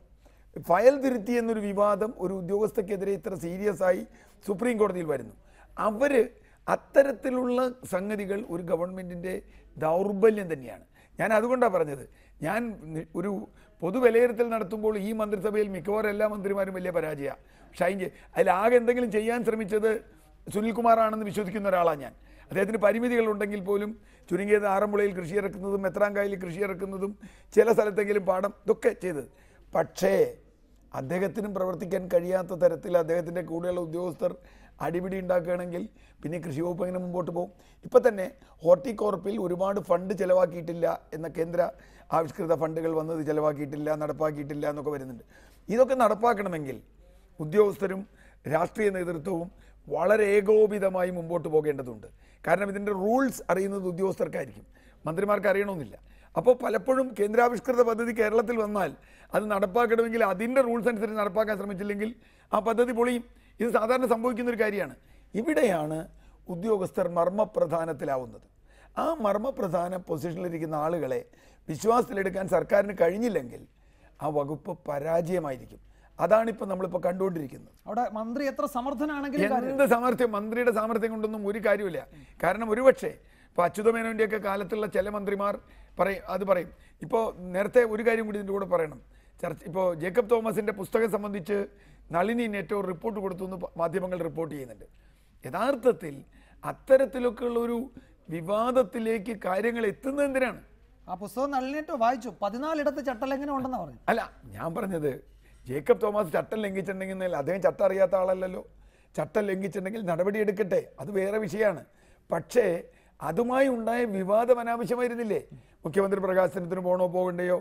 അവസാന നിമിഷം വരെ മുഖ്യമന്ത്രി ഈ ലോ സെക്രട്ടറി ആയിട്ട് ചർച്ചയിലും 6-7 ഉപദേഷ്ടാക്കൾ മുഖ്യമന്ത്രിക്കുണ്ടല്ലോ. ആരെങ്കിലുമൊക്കെ വെച്ച് നോക്കിയിട്ട് ഈ പുസ്തകം നോക്കിയിട്ട് പരിപാടി ഏറ്റാ പോരെ, അല്ലാതെ ഏൽക്കുകയും അത് ക്യാൻസൽ ചെയ്യുകയും അങ്ങനെ വിവാദങ്ങളിലേക്ക്. ഇത് ബാക്കിയാരും ഉണ്ടാക്കുന്ന വിവാദമല്ല, സെൽഫ് മെയ്ഡാണ്. ഗവൺമെൻറ് തന്നെ കെടുകാര്യസ്ഥോട് വിവാദങ്ങൾ ഉണ്ടാക്കി അവരുടെ പരിപാടിക്ക് തടസ്സം വരുന്നുവെങ്കിൽ അത് ഒഴിവാക്കാൻ ഇടതുപക്ഷത്തിന് UDF മോശമായി ചെയ്തിട്ടുണ്ട്. ആരിഫ് ഇപ്പോൾ അതിന് മറുപടി പറയാൻ പോണതാണ്. എനിക്കൊരു സംശയമില്ല, ഉമ്മൻചാണ്ടി സർക്കാർ ഇരുന്ന കാലത്ത് അതിനെ അതിനിശ്ചിതമായി ഇതുപോലെ തന്നെ വിമർശിച്ചിട്ടുള്ള ആളുകളാണ് ഞങ്ങളൊക്കെ. അത് ഓരോ തീരുമാനത്തിനെതിരെയും അതിശക്തമായി വിമർശിച്ചിട്ടുണ്ട്. പക്ഷേ UDFൻ്റെ അതേ ഗവൺമെൻറ് തന്നെയാണ് LDFനും വരുന്നതെങ്കിൽ നമ്മൾ 2016 തെരഞ്ഞെടുപ്പ് വെറുതെ ആയി പോയില്ലേ? ജനങ്ങൾ വോട്ട് ചെയ്ത് വെറുതെ ആയി പോയില്ലേ? അത് വരാൻ പാടില്ല, കറക്ഷൻ വരണം. ശ്രീ അനിൽ അക്കര MLA, ഇത് ഇന്ന് നിയമസഭയിൽ VD സതീശൻ ഇത് മനോഹരമായി ഈ വിഷയം സഭയിൽ അവതരിപ്പിച്ചു എന്ന കാര്യത്തിൽ എനിക്ക് തർക്കമൊന്നുമില്ല. പക്ഷേ ഇതിൻ്റെ ഫോക്കസ് പ്രതിപക്ഷം നഷ്ടപ്പെടുത്തിയില്ലേ? നേരത്തെ ശ്രീയാർ അത് സൂചിപ്പിക്കുകയായിരുന്നു. പ്രധാനപ്പെട്ട ചില ആക്ഷേപങ്ങൾ രാജു നാരായണസ്വാമി ഉന്നയിച്ചു. അതിൻ്റെ വസ്തുതകൾ പരിശോധിക്കേണ്ടതാണ്. ആ ആക്ഷേപങ്ങളെപ്പറ്റി പ്രതിപക്ഷത്തിന് ഒന്നും പറയാനുണ്ടായിരുന്നില്ലല്ലോ. ബിജു പ്രഭാകരൻ്റെ ഓഫീസിൽ അഴിമതി നടക്കുന്നു, ആ അഴിമതിയെപ്പറ്റി അന്വേഷിക്കുമ്പോഴുള്ള മുൻകൂർ ജാമ്യമാണ് ഈ അവധി അപേക്ഷ. അദ്ദേഹം നിയമനം നൽകിയത് വഴിവിട്ടാണ്, അദ്ദേഹത്തിൻ്റെ IAS വ്യാജമാണ് എന്നൊക്കെ പറഞ്ഞ് പ്രതിപക്ഷത്തിന് വേണമെങ്കിൽ അതിൻ്റെ മെറിറ്റിലേക്ക് കടന്ന് ഈ വിഷയം ഉന്നയിക്കാമായിരുന്നു. അതിന് പകരം ഇതിങ്ങനെ പ്രസംഗിച്ച് ഉദ്യോഗസ്ഥർക്കിടയിലെ ചേരിപ്പോരെന്ന് നമ്മൾ കുറേ നാളായി പറയുന്ന ആ ഒരു സംഗതിയാക്കി ഇതിനെ ചുരുക്കി എന്നത് ഒന്ന്. 2, ഇത് മുഴുവൻ സംസാരിച്ച് അവസാനം പിരിഞ്ഞ് വോക്കൗട്ട് പ്രസംഗത്തിന് മുമ്പ് രമേശ് ചെന്നിത്തല എന്താണ് പറഞ്ഞത്? ബിജു പ്രഭാകരനെ എനിക്ക് ചെറുതിലേ തൊട്ടറിയാം, അദ്ദേഹം ഒരു നല്ല മനുഷ്യനാണ്, ഒരു ക്രമക്കേടും നടത്തില്ല എന്ന്. അപ്പോൾ സർക്കാർ പക്ഷം പിടിക്കുന്നു എന്ന് പണ്ടേ ഒരു പരാതിയുണ്ട് എല്ലാവർക്കും. ഇവിടെ പ്രതിപക്ഷവും പക്ഷം പിടിച്ചു. അടിസ്ഥാന പ്രശ്നം ഇതിലെ അഴിമതിയുമായി ബന്ധപ്പെട്ട അതിൻ്റെ മർമ്മപ്രധാന വിഷയങ്ങൾ ഒഴിവാക്കി ഒരു ഫോക്കസ് ഇല്ലാതെ ഈ വിഷയം അവതരിപ്പിച്ചു എന്നത് പ്രതിപക്ഷത്തിന് ഒരു പരാജയമല്ലേ ഇന്ന് സഭയിൽ?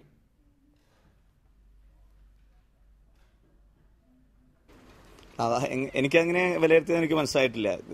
നമ്മൾ വളരെ ക്ലിയറായി അടിയന്തര പ്രമേയത്തിന് ശ്രീ വി.ഡി. സതീശൻ നോട്ടീസ് കൊടുത്തതിന് ശേഷം അതുമായി ബന്ധപ്പെട്ടുകൊണ്ടുള്ള അടിയന്തര പ്രമേയത്തിന്റെ നോട്ടീസ് തന്നെ ശ്രദ്ധിക്കേണ്ടതാണ്. അത് നമ്മുടെ സംസ്ഥാനത്തെ സിവിൽ സർവീസ് ഡിപ്പാർട്ട്മെന്റുമായി ബന്ധപ്പെട്ടുള്ള ഉന്നത ഉദ്യോഗസ്ഥരുടെ ചേരിപ്പോരും DGP മുതൽ താഴെത്തട്ടിലുള്ള ഉദ്യോഗസ്ഥന്മാർ വരെയുള്ള തർക്കം ഈ ഗവൺമെന്റിന്റെ പ്രവർത്തനങ്ങളെ സ്തംഭിച്ചു എന്നുള്ളതും കൃഷി വകുപ്പുമായി ബന്ധപ്പെട്ട പ്രശ്നങ്ങളാണ് ഞങ്ങൾ ഉന്നയിച്ചത്. അതിന്റെ കൂട്ടത്തിൽ അതുമായി ബന്ധപ്പെട്ട് ഒരു അടിയന്തര പ്രമേയ ചർച്ചയിൽ അഴിമതി ആരോപണങ്ങൾ ഉന്നയിക്കാൻ കഴിയുമോ എന്നുള്ളതിനെ കുറിച്ച് എനിക്ക് സംശയങ്ങളുണ്ട്. അത് സെപ്പറേറ്റായി നിയമസഭയിൽ അഴിമതി ആരോപണങ്ങൾ എഴുതി കൊടുത്ത് അവതരിപ്പിക്കണമെന്നാണ് എന്റെ ചെറിയ അറിവനുസരിച്ച് എനിക്ക് മനസ്സിലായിട്ടുള്ളത്. അടിയന്തര പ്രമേയ ചർച്ചയിൽ അവതരിപ്പിച്ച പ്രധാനപ്പെട്ട കാര്യം ഞാൻ നേരത്തെ പറഞ്ഞ അഴിമതി ആരോപണവുമായി ബന്ധപ്പെട്ട കാര്യങ്ങൾ അത് രണ്ടാമതായി എഴുതി കൊടുക്കുമെന്നാണ് എനിക്ക് മനസ്സിലായിട്ടുള്ളത്. ഇവിടെ അടിയന്തര പ്രമേയത്തിന്റെ ചർച്ചയിൽ ഞങ്ങൾ അവതരിപ്പിച്ചത് നമ്മുടെ സംസ്ഥാനത്ത് DGP മുതൽ താഴെത്തട്ടിലുള്ള പിയൂൺ വരെയുള്ള സ്ഥലങ്ങളിൽ വലിയ രീതിയിലുള്ള ചേരിപ്പോരും അതുമായി ബന്ധപ്പെട്ട ഭരണസമരവും നടക്കുകയാണ്. ഇവിടെ പ്രധാനമായും 4 മാസമായി നമ്മുടെ കൃഷി വകുപ്പിലെ 2 പ്രധാനപ്പെട്ട ഉദ്യോഗസ്ഥർ ശ്രീ രാജു നാരായണസ്വാമിയും ശ്രീ ബിജു പ്രഭാകറും തമ്മിലുള്ള ശീതസമരത്തിന്റെ ഭാഗമായി കൃഷി വകുപ്പിലെ മുഴുവൻ പ്രവർത്തനവും സ്തംഭിച്ചിരിക്കുകയാണ്. ഞാൻ ചോദിക്കട്ടെ, ഈ ഗവൺമെന്റ് അധികാരത്തിൽ വന്നപ്പോൾ ആദ്യമായി ഞാൻ എന്റെ ജില്ലക്കാരൻ കൂടിയ സുനിൽകുമാർ വളരെ സജീവമായി പ്രവർത്തിക്കുന്ന ഒരു മന്ത്രിയാണ്. പക്ഷെ അദ്ദേഹം നിയമസഭയിൽ പറഞ്ഞത് നെല്ലിന്റെ വില വരമ്പത്ത് കൊടുക്കും എന്നാണ് പറഞ്ഞത്. തേങ്ങ കർഷകരുടെ വില അന്നാന്ന് കൊടുക്കുമെന്നാണ് പറഞ്ഞത്. കർഷക പെൻഷൻ അതാത് മാസം കൊടുക്കുമെന്നാണ് പറഞ്ഞത്. നാളികേരത്തിന്റെ വില വർദ്ധിപ്പിക്കുമെന്നാണ് പറഞ്ഞത്. ഇപ്പോഴത്തെ സ്ഥിതി എന്താണ്? നെല്ലിന്റെ വില കൊടുക്കാൻ കഴിഞ്ഞിട്ടില്ല. നാളികേര സംഭരണം പൂർണ്ണമായി നിർത്തി. കർഷക പെൻഷൻ മുടങ്ങിക്കിടക്കുകയാണ്. നെല്ലിന്റെ വില കൊടുക്കാൻ കഴിയാതെ നിൽക്കുകയാണ്. കേന്ദ്ര ഗവൺമെന്റിനും കിട്ടേണ്ടതായ RKY ഉൾപ്പെടെയുള്ള പല പദ്ധതികളും നമ്മുടെ സംസ്ഥാന ഗവൺമെന്റിന് സമർപ്പിക്കാൻ കഴിഞ്ഞിട്ടില്ല. അങ്ങനെ കൃഷി വകുപ്പിലെ മുഴുവൻ പദ്ധതി പ്രവർത്തനങ്ങളും അവതാളത്തിലായി നിൽക്കുന്ന ഒരു സാഹചര്യം. അതുപോലെ തന്നെ DGPയുടെ ഓഫീസിനകത്തുണ്ടായ സംഭവം, DGPയുടെ ഓഫീസിനകത്ത് DGPയും ADGPയും തമ്മിൽ തെരുവിൽ ആളുകൾ തല്ലിടുന്നത് പോലെ അങ്ങോട്ടും ഇങ്ങോട്ടും വഴക്കുണ്ടാകുന്ന സാഹചര്യം. അങ്ങനെ കേരളത്തിന്റെ സിവിൽ സർവീസും സെക്രട്ടേറിയറ്റ് മുതൽ പഞ്ചായത്ത് വകുപ്പ് ഏറ്റവും വലിയ അഴിമതിയുടെ വകുപ്പാണെന്ന് ഈ വിജിലൻസ് ആണ് കണ്ടെത്തിയത്. അങ്ങനെ കേരളത്തിൽ 1 വർഷമായിട്ട് എല്ലാം ശരിയാക്കാം എന്ന് പറഞ്ഞ ഗവൺമെന്റ് നാളെ 1 വർഷമാകുമ്പോൾ എല്ലാം കുളമാക്കി. DGP മുതൽ പഞ്ചായത്ത് ഓഫീസ് വരെ ഭരണസ്തംഭനവും അഴിമതിയും ഒക്കെ നിൽക്കുകയാണ്. ഇവിടെ രാജു നാരായണസ്വാമി പറഞ്ഞ പ്രധാനപ്പെട്ട ആരോപണം എന്താ? അത് അന്വേഷിക്കാതെ പോകാനിരിക്കാൻ കഴിയില്ല. ഈ ബിജു പ്രഭാകരന്റെ IAS വ്യാജമാണെന്നാണ് പറഞ്ഞത്. വളരെ പ്രധാനപ്പെട്ട മറ്റൊരു ആരോപണം ഉന്നയിച്ചു. എന്തിനാണ് EP ജയരാജൻ രാജിവെച്ച് പോയത്? ബന്ധു നിയമത്തിന്റെ ഭാഗമായിട്ടാണ്. അതേ വകുപ്പിലെ വ്യവസായ വകുപ്പ് മന്ത്രിയുടെ പ്രൈവറ്റ് സെക്രട്ടറിയുടെ ഭാര്യയെ ഇവിടെ നിയമവിരുദ്ധമായി വെച്ചു എന്നാണ് പറയുന്നത്. സ്വാഭാവികമായും ഒരു അഴിമതി ആരോപണത്തിന്റെ കൂടെ ഒരു ബന്ധു നിയമനം കൂടി ഇതുമായി ബന്ധപ്പെട്ട് വരികയാണ്. അപ്പൊ ഇതൊന്നും അന്വേഷിക്കുന്നില്ല. ഞങ്ങളൊന്ന് പിന്നോട്ട് പോയെന്ന് പറയണ്ട. അടിയന്തര പ്രമേയ ചർച്ചയിൽ എഴുതി കൊടുത്ത കാര്യങ്ങൾ മാത്രമാണ് ചർച്ച ചെയ്യുന്നത്. ഈ നിയമനം നടത്തിയത് ആരാണ്? ബിജു പ്രഭാകറാണ്. ഈ നിയമനം നടത്തിയത് ബിജു പ്രഭാകറാണ്. ഈ ഇസ്രായേലിൽ നിന്നുള്ള സംഘത്തിന് 1 ലക്ഷം രൂപ കൊടുക്കാൻ പറഞ്ഞത് ബിജു പ്രഭാകറാണ്. അദ്ദേഹത്തിന്റെ IAS ആണ് വ്യാജമെന്ന് രാജു നാരായണസ്വാമി പറഞ്ഞത്. പക്ഷേ പ്രതിപക്ഷ നേതാവ് എന്താണ് പറഞ്ഞത്? ഈ ഉദ്യോഗസ്ഥനെ ഞങ്ങൾക്കറിയാം, ഞങ്ങളുടെ ഒരു നേതാവിന്റെ മകനാണ്, ഇദ്ദേഹം ഒരു നല്ല ഉദ്യോഗസ്ഥനാണ് എന്നാണ് അദ്ദേഹം പറഞ്ഞത്. പിന്നെ ഇത് ആരുടെ ഭാഗത്ത് നിന്നിട്ടാണ് താങ്കൾ ഇപ്പോൾ സംസാരിക്കുന്നത്? അല്ല, ബിജു പ്രഭാകരന്റെ കാര്യത്തിൽ ഞങ്ങളുടെ അറിവ് വെച്ചാണ് ഞങ്ങൾ സംസാരിച്ചത്. പ്രതിപക്ഷ നേതാവിന് എന്താ സംസാരിക്കാൻ കഴിയില്ലേ? പ്രതിപക്ഷ നേതാവ് കേരളത്തിന്റെ ആഭ്യന്തരമന്ത്രിയായിരുന്ന ഒരാളാണ്. അദ്ദേഹം വളരെ ചെറുപ്പത്തിൽ കേരളത്തിന്റെ യുവജനക്ഷേമ വകുപ്പ് മന്ത്രിയായിരുന്ന ആളാണ്. അദ്ദേഹത്തിന് ബിജു പ്രഭാകരനെ ചെറുപ്പത്തിൽ കൊണ്ട് അറിയാമെന്ന് പറഞ്ഞ ഒരു തർക്കമില്ലല്ലോ. ആ കാര്യത്തെക്കുറിച്ച് ഞങ്ങൾക്ക് അഭിപ്രായ വ്യത്യാസമില്ല. അവിടെ പറഞ്ഞ മറ്റഭിപ്രായ വ്യത്യാസങ്ങളാണ് ഞാൻ സൂചിപ്പിച്ചത്. രാജു നാരായണസ്വാമി പറഞ്ഞ കാര്യങ്ങൾ എന്താണ് എന്ന് പരിശോധിക്കേണ്ട ഉത്തരവാദിത്തം അവരുടെയാണ്. പ്രതിപക്ഷത്തെ ഞങ്ങൾ പറയേണ്ട കാര്യങ്ങൾ അവിടെ സൂചിപ്പിച്ചു. ഇവിടെ പ്രധാനമായും ഞങ്ങൾ പറഞ്ഞ കാര്യങ്ങൾ പറഞ്ഞത് ഭരണസ്തംഭനവുമായി ബന്ധപ്പെട്ട വിഷയങ്ങളാണ്. ഞാൻ നേരത്തെ സൂചിപ്പിച്ച കാര്യത്തിൽ ഇവിടെ ഞങ്ങൾ പറഞ്ഞ കാര്യങ്ങൾ തെളിയിക്കാൻ ശ്രമിച്ചപ്പോൾ മൈസൂരിൽ നിന്നും ഒരു പ്രൊഡ്യൂസർ കമ്പനി കേരളത്തിലേക്ക് ആനയറ മാർക്കറ്റിലേക്ക് തുടങ്ങിയ നമ്മുടെ സംസ്ഥാനത്ത് ഹോർട്ടിക്രോപ്പിന് പച്ചക്കറി കൊടുക്കുന്നു. ഗീതാ ഗോപിനാഥിന്റെ അച്ഛനാണ് കൊടുക്കുന്നത് പറഞ്ഞപ്പോൾ അത് തടസ്സപ്പെടുത്താനാണ് ശ്രമിച്ചത്. അത് സുതാര്യമായിട്ട് നടക്കുകയാണെങ്കിൽ എന്തിനാണ് ഇവർ വെപ്രാളപ്പെടുന്നത്? ഗീതാ ഗോപിനാഥിന്റെ പേര് പറഞ്ഞപ്പോഴേക്കും എന്തിനാണ് അവർ പേടിക്കുന്നത്? ഞാനൊരു കാര്യം പറയാം. കേരളത്തിലെ മുഖ്യമന്ത്രി അധികാരമേൽക്കുന്ന സമയത്ത്, അദ്ദേഹത്തിന്റെ ജന്മദിനത്തിന്റെ തലേ ദിവസമായിരുന്നു, അല്ലെങ്കിൽ അന്നായിരുന്നു. അദ്ദേഹം പറഞ്ഞ എൻ്റെ പേര് പറഞ്ഞ് പല അവതാരങ്ങളും നടക്കുമെന്ന് പറഞ്ഞു. ഇവിടെ മുഖ്യമന്ത്രി വെച്ചിട്ടുള്ള അദ്ദേഹത്തിന് ഉപദേശകരായ അവതാരങ്ങൾ ഓരോ ആളുകളുടെയും ബാക്ക്ഗ്രൗണ്ടുമായി ബന്ധപ്പെട്ട് ഈ ഗവൺമെന്റ് കാര്യങ്ങൾ പരിശോധിക്കാം. ഇവിടെ ഗീതാ ഗോപിനാഥിന്റെ കാര്യം പറഞ്ഞു, അദ്ദേഹത്തിന്റെ അച്ഛൻ പച്ചക്കറി കൊടുക്കുന്നു. അവിടെ മറ്റേ നമ്മുടെ പിന്നെ അഡ്വക്കേറ്റായ ദാമോദരൻ വക്കീൽ, അതുമായി ബന്ധപ്പെട്ട കാര്യങ്ങൾ, അങ്ങനെ ഓരോരോ വിഷയങ്ങളിലേക്ക് പോയി കഴിഞ്ഞാൽ ഈ ഗവൺമെന്റ് വലിയ മറുപടി നാളുകളിൽ സംസ്ഥാനത്തെ ജനങ്ങളോട് പറയേണ്ടി വരും. പിണറായി വിജയൻ അധികാരം പൂർണ്ണമായി നഷ്ടപ്പെട്ടു. അദ്ദേഹത്തിന് ഉദ്യോഗസ്ഥരുടെ കയ്യിൽ അധികാരമില്ല. മന്ത്രിമാരുമായി ബന്ധപ്പെട്ട് അദ്ദേഹത്തിന് ഒരു നിയന്ത്രണവുമില്ലാത്ത രീതിയിൽ സംസ്ഥാന ഗവൺമെന്റിന്റെ തലവെന്ന രീതിയിൽ മുഖ്യമന്ത്രിക്ക് യാതൊരു ഉത്തരവാദിത്തമില്ലാതെ പോയിക്കൊണ്ടിരിക്കുകയാണ്.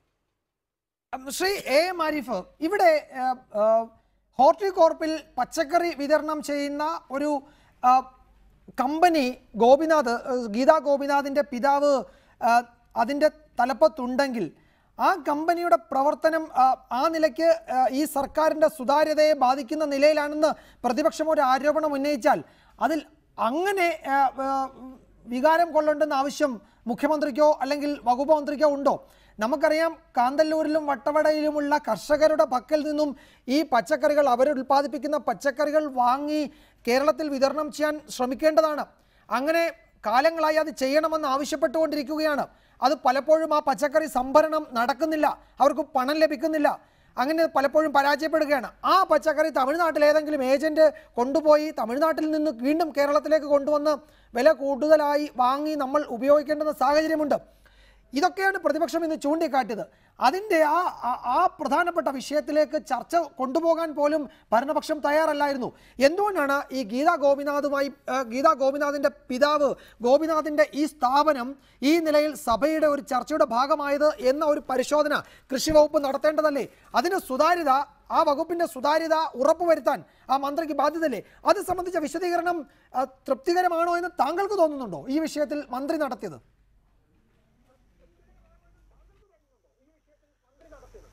അല്ല, ഗീതാ ഗോപിനാഥ് സർക്കാരിന്റെ ഉപദേഷ്ടാവായതുകൊണ്ട്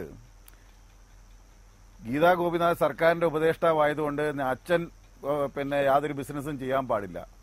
നാളെ ഇതെല്ലാം നിർത്തി അദ്ദേഹത്തിന് പണിക്ക് പൊക്കോളാം. നാളെ മുതൽ ഇന്ത്യയിലാകുകയും കേരളത്തിലാകുകയും മക്കൾ ഏതെങ്കിലും തരത്തിൽ സർക്കാരുമായി ബന്ധപ്പെട്ട നിലയിൽ എന്തെങ്കിലും ചുമതല വഹിച്ചു പോയാൽ മാതാപിതാക്കൾ എന്തെങ്കിലും വ്യവസായമോ ബിസിനസ്സോ കാര്യങ്ങളോ ഒക്കെയായി ബന്ധപ്പെട്ട കാര്യങ്ങൾ സർക്കാരുമായി ബന്ധപ്പെട്ട് നടത്താനേ പാടില്ല. അങ്ങനെ നടത്തിപ്പോയാൽ അത് പ്രശ്നമായി പോകും എന്ന നിലയിൽ തീരുമാനിച്ച ഈ രാജ്യത്ത് ആർക്കും ജീവിക്കാൻ പറ്റുമോ? ഇതിനകത്ത് പ്രതിപക്ഷം ഉന്നയിക്കേണ്ടത് ചട്ടവിരുദ്ധമായി ഇദ്ദേഹത്തിൽ നിന്ന് വല്ലതും എടുത്തിട്ടുണ്ടോ, അതിനകത്ത് സർക്കാരിൽ നിന്ന് നഷ്ടം വരുത്തിയിട്ടുണ്ടോ? ഹോർട്ടികോർപ്പ് എന്ന് പറയുന്ന സ്ഥാപനം ജൈവ പച്ചക്കറി നമ്മുടെ കൃഷിക്കാരിൽ നിന്ന് പച്ചക്കറി ഒരു കാര്യം, അതായത് സർക്കാരുമായി ഇദ്ദേഹത്തിന് ബിസിനസ് നടത്താം, ഒരു തടസ്സവുമില്ല. അത് സുതാര്യമാണെന്ന് ഉറപ്പുവരുത്തേണ്ടത് സർക്കാരാണ്. നിയമസഭയിൽ ഈ വിഷയം ഉന്നയിക്കപ്പെട്ട സാഹചര്യത്തിൽ അതിന്റെ വിശദാംശങ്ങൾ മന്ത്രിസഭയിൽ പറയണമായിരുന്നു. ഒന്ന്. രണ്ട്, ഇതിൽ പച്ചക്കറി സംഭരണത്തിൽ പണം ലഭിക്കാത്ത കർഷകരുടെ കൂട്ടായ്മകൾ, സൊസൈറ്റികൾ കേരളത്തിൽ നിരവധി ഉണ്ടെന്നിരിക്കെ ഇദ്ദേഹത്തിന്റെ ഈ സ്ഥാപനത്തിന് പണം മുഴുവൻ കൊടുത്തു, ഒരു പണവും കൊടുക്കാൻ ബാക്കിയില്ലെന്ന് നിയമസഭയിൽ ഒരംഗം പറയുമ്പോൾ അതിന്റെ നിജസ്ഥിതി സഭയിൽ മന്ത്രി പറയണമായിരുന്നു. ഈ രണ്ട് വിഷയത്തിൽ സുതാര്യത ഇല്ല എന്ന് പറയേണ്ടി വരുന്നത് അതുകൊണ്ടാണ്. ഇവർക്കാർക്കും സർക്കാരുമായി ബിസിനസ് നടത്താൻ പാടില്ലെന്നൊന്നും പറയുന്നില്ല. നടത്തുമ്പോൾ അത് ആരോപണം ഉണ്ടായ സ്ഥിതിക്ക് അതിന്റെ സുതാര്യത ഉറപ്പുവരുത്തേണ്ടത് സർക്കാരാണ്. അത് സഭയിൽ ഉണ്ടായില്ല എന്ന് ചൂണ്ടിക്കാണിക്കുകയാണ് ചെയ്തത്. അല്ല, അതിനകത്ത് വളരെ വ്യക്തമായി തന്നെ ബഹുമാനപ്പെട്ട മന്ത്രി സുനിൽകുമാർ മറുപടി പറഞ്ഞു. അത് നിങ്ങൾ ശ്രദ്ധിച്ചിട്ടുണ്ടോ എനിക്കറിയാൻ പാടില്ല. ശ്രദ്ധിച്ചിട്ടുണ്ടെങ്കിൽ അത് ഇങ്ങനെ കൂടി ചോദ്യം വരത്തില്ല. ഇതിനകത്ത് ഹോർട്ടികോർപ്പ് ആവശ്യമായ പച്ചക്കറി ശേഖരിച്ച് ജനങ്ങൾക്ക് കൊടുക്കാൻ, വിതരണം ചെയ്യാൻ ആവശ്യമായ പച്ചക്കറി കേരളത്തിൽ നിന്ന് ലഭ്യമാകുന്നില്ല. ലഭ്യമാകാത്തിടത്തോളം കാലം പുറംനാട്ടിൽ നിന്ന് പച്ചക്കറി വരുത്തുമ്പോൾ ഇത് തമിഴ്നാട് പച്ചക്കറി, മറ്റൊന്ന് കേരള പച്ചക്കറി എന്ന ലേബൽ എഴുതി ഒട്ടിച്ചാണ് ഞങ്ങൾ വിൽപ്പനയ്ക്ക് വെക്കുന്നത്. അതുകൊണ്ട് ഈ പുറത്തുനിന്നെടുക്കുന്ന പച്ചക്കറിക്ക് അങ്ങനെ ലേബൽ ഒട്ടിച്ചാണ് കൊടുക്കുന്നത്. അതിൽ ഏതെങ്കിലും തരത്തിൽ സംബന്ധിച്ച് ഇതുവരെ ഞങ്ങളുടെ മുമ്പിൽ യാതൊരു ആരോപണം വന്നിട്ടില്ല എന്നതാണ് സുനിൽകുമാർ മന്ത്രി വളരെ വ്യക്തമായി പറഞ്ഞത്. ഇപ്പം വന്നിരിക്കുന്ന ആരോപണത്തെ സംബന്ധിച്ച് യാതൊരു അടിസ്ഥാനവുമില്ലാതെ വെറുതെ അവർക്ക് കൊടുക്കാനുള്ള പൈസ കൊടുത്തു എന്നുള്ള ഒറ്റ കാരണം കൊണ്ട് അത് അഴിമതിയാണ് എന്ന് പറഞ്ഞാൽ, ഒരാൾക്ക് നിന്ന് വാങ്ങുന്ന പച്ചക്കറിക്ക് കൃത്യമായ വില കൊടുത്തു, മറ്റാർക്കെങ്കിലും കിട്ടിയില്ലെങ്കിൽ അത് കൊടുക്കാമെന്ന് പറഞ്ഞാൽ പോരെ, അത് കൊടുക്കാനുള്ള നടപടി സ്വീകരിച്ചാൽ പോരെ. അല്ലാതെ അതിനപ്പുറമായി ഒരാളിൽ നിന്ന് വാങ്ങിച്ച ഉടനെ അത് അഴിമതിയാണ്, വില കൊടുത്താൽ അഴിമതിയാണ് എന്നുള്ള നിലയിലേക്ക് എത്തിപ്പെട്ടുകൊണ്ടുള്ള ഒരു ചർച്ച നടത്തുന്നത് ശരിയാണോ? നമ്മുടെ നാട്ടിൽ ആവശ്യമായ പച്ചക്കറി ഉൽപ്പാദിപ്പിക്കാനുള്ള ശ്രമമാണ്. ഇതിൽ അഴിമതിയൊന്നും ഉന്നയിച്ചിട്ടില്ല. ഇതിൽ ചില സാധ്യതകൾ പ്രതിപക്ഷം ചൂണ്ടിക്കാട്ടുകയാണ് ചെയ്തത്. ഞാൻ അതിൽ തർക്കിക്കുന്നില്ല ശ്രീ എ എം ആരിഫ്. അതിൽ എന്റെ തർക്കം അതല്ല. ഇതിൽ നടത്തിയ ഇടപാടുകൾ സുതാര്യമാണെങ്കിൽ അതിന്റെ വിശദാംശങ്ങൾ സഭയിൽ പറയണമായിരുന്നു. അങ്ങനെ പറഞ്ഞില്ല. തമിഴ്നാട്ടിൽ നിന്ന് പച്ചക്കറി വാങ്ങുന്നത് തമിഴ്നാട്ടിൽ നിന്നുള്ള പച്ചക്കറി എന്ന പേരിൽ ഹോർട്ടികോർപ്പിന്റെ ഹരിത സ്റ്റാളുകളിൽ വിൽക്കുന്നുണ്ടാകും. കേരളത്തിലെ പച്ചക്കറി കേരളത്തിലെ കർഷകരിൽ നിന്ന് സംഭരിച്ചത് അങ്ങനെ വിൽക്കുന്നു. അതൊന്നുമല്ല ഇവിടെ പ്രശ്നം. ഗീതാ ഗോപിനാഥിന്റെ സ്ഥാപനവും സർക്കാരും തമ്മിൽ ഉള്ള സാമ്പത്തിക ഇടപാട് എന്താണ്? അതേ ഇടപാടിന്റെ മാനദണ്ഡം തന്നെയാണോ കർഷകരിൽ നിന്ന് പച്ചക്കറി വാങ്ങുമ്പോഴും സർക്കാരിനുള്ളത്? ഇത് തമിഴ്നാട്ടിൽ നിന്ന് വരുന്ന പച്ചക്കറി ജൈവ പച്ചക്കറി എന്ന നിലയിൽ തന്നെയാണോ അദ്ദേഹത്തിന്റെ സ്ഥാപനം തരുന്നത്? ഇത്തരം ചോദ്യങ്ങളാണ് വി ഡി സതീശൻ ഉന്നയിച്ചത്. അതിനുള്ള മറുപടി ഉണ്ടായോ?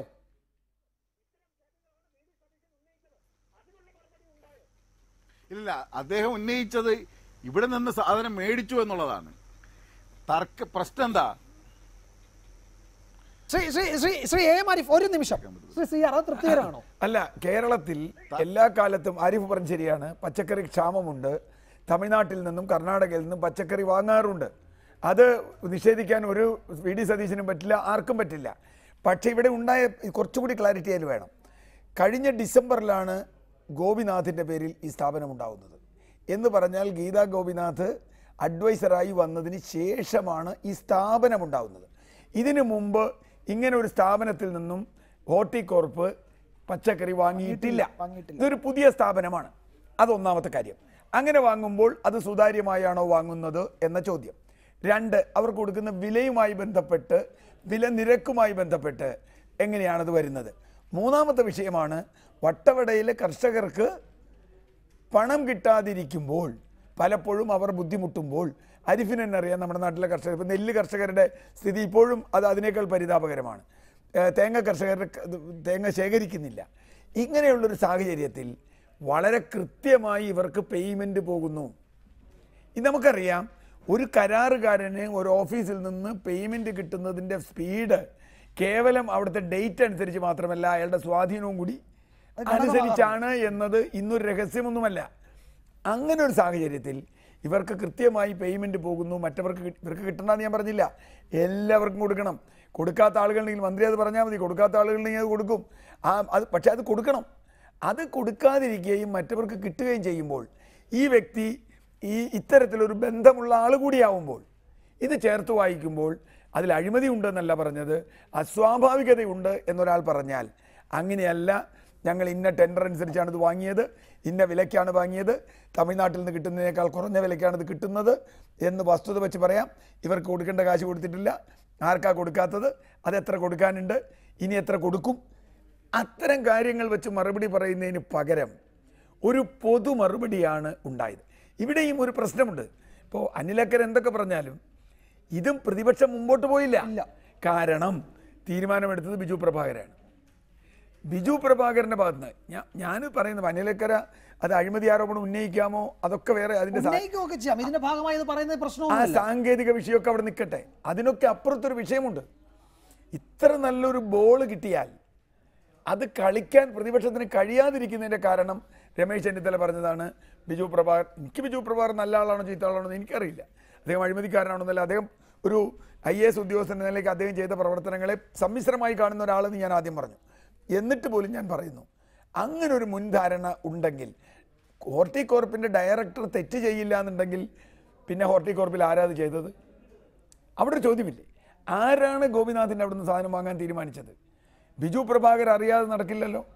അങ്ങനെ ആരോപണം ഉന്നയിച്ചതാരാ? കൃഷി വകുപ്പിൻ്റെ സെക്രട്ടറി. ഇത് രണ്ടും കൂടി ആവുമ്പോൾ ഞാൻ പറയുന്നത്, പ്രതിപക്ഷം സോഫ്റ്റ് പെഡൽ ചെയ്തു. അത് ഗവൺമെൻറ്റിന് ഗുണകരവുമായി, ഭരണപക്ഷത്തിന് ഗുണകരവുമായി. ആ ഒരു കാര്യമാണ്. അപ്പോൾ അഴിമതി നാളെ ഉന്നയിക്കുമോ, ആരോപണം വരുമോ എന്നൊക്കെയുള്ള രണ്ടാമത്തെ കാര്യമാണ്. പക്ഷേ ഇന്ന് അതിൻ്റെ മൂർച്ച പോയി എന്നാണ് ഞാനത് പറയുന്നത്. അടിയന്തര പ്രമേയത്തിൻ്റെ ശ്രീ ആരിഫ്, ഇനിയിപ്പോൾ മറുപടി പറയാം. CR കൂടി പറഞ്ഞതിൻ്റെ ബാക്കി താങ്കൾക്ക് പറയാം. ഇതിലെ സുതാര്യത കുറവുണ്ട് എന്ന് ഞാൻ സൂചിപ്പിച്ചത്, അത് കുറെ കൂടി എന്തുകൊണ്ടാണ് ആ സുതാര്യത ഇല്ലാതെ പോയത് എന്നത് ഇപ്പോൾ താങ്കൾക്ക് ബോധ്യപ്പെട്ട് കാണാമല്ലോ. ഏതൊക്കെ പോയിന്റിലാണ് ആ സുതാര്യത ഇല്ലാതെ പോയത്? ഒന്ന്, ഇതുമായി ബന്ധപ്പെട്ട് നടത്തിയ സാമ്പത്തിക ഇടപാട്, ഈ സ്ഥാപനവും സംസ്ഥാന സർക്കാരും തമ്മിലുള്ള ബന്ധം, പണം കിട്ടുന്ന കാര്യത്തിൽ കർഷകരോടും ഈ സ്ഥാപനത്തോടും ഒരേ നയം തന്നെയാണോ ഈ സർക്കാരിനുള്ളത്? താങ്കൾക്ക് അതിൽ എന്തെങ്കിലും വിവരങ്ങൾ ലഭ്യമായിട്ടുണ്ടോ എന്ന് എനിക്കറിയില്ല.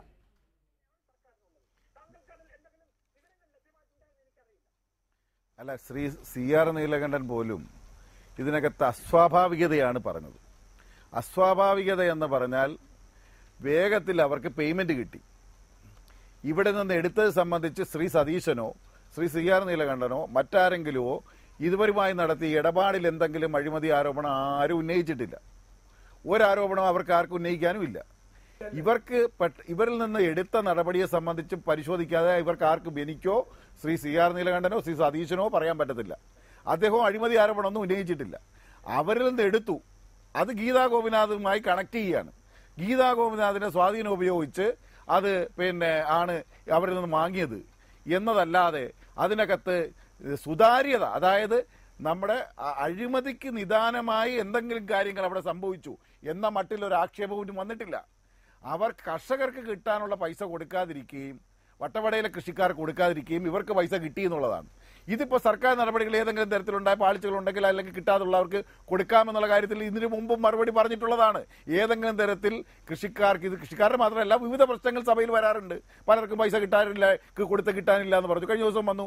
അതൊക്കെ അന്നേരം തന്നെ ബന്ധപ്പെട്ട വകുപ്പ് മന്ത്രിമാർ അത് ഉന്നയിക്കപ്പെടുന്ന സാഹചര്യത്തിൽ അത് പരിശോധിച്ച് അപ്പം തന്നെ അതിനുള്ള നടപടി സ്വീകരിക്കുകയാണ് ചെയ്യുന്നത്. ഇത് ചരിത്രത്തിലെ ആദ്യത്തെ സംഭവമല്ല. ഇത് LDF ആയാലും UDF ആയാലും ഇത്തരത്തിൽ കിട്ടാനുള്ള പൈസ കിട്ടാനുണ്ടെന്ന് ഉന്നയിക്കുന്ന സമയത്താണ്, ഗൗരവമായി ഉന്നയിക്കപ്പെടുന്ന സമയത്ത് കൊടുക്കാറുണ്ട്. ഇവിടെ ഏതെങ്കിലും അസ്വാഭാവികത എന്ന് അദ്ദേഹം പറയുന്നത് വേഗത്തിൽ പേയ്മെന്റ് കിട്ടുന്നത് അവരുടെ സ്വാധീനമൊക്കെ ഉണ്ടാവില്ല എന്നൊന്നും ഞാൻ പറയുന്നൊന്നുമില്ല. അത് LDF ആയാലും UDF ആയാലും ഏത് ഗവൺമെന്റ് ആയാലും അത്തരത്തിലുള്ള പേയ്മെന്റ് നടത്തുന്നതുമായി ബന്ധപ്പെട്ടുള്ള ചില ഇടപെടലുകളോ നടപടികളോ ഒക്കെ നടന്നിട്ടുണ്ടാവില്ല എന്ന് ഞാൻ പറയും. അതൊക്കെ അഴിമതിയാണോ? ഒരാൾക്ക് കിട്ടാനുള്ള പൈസ മേടിച്ചു കൊടുക്കുന്നത് അല്ലെങ്കിൽ കിട്ടുന്നതെന്ന് പറഞ്ഞാൽ അഴിമതിയാണോ?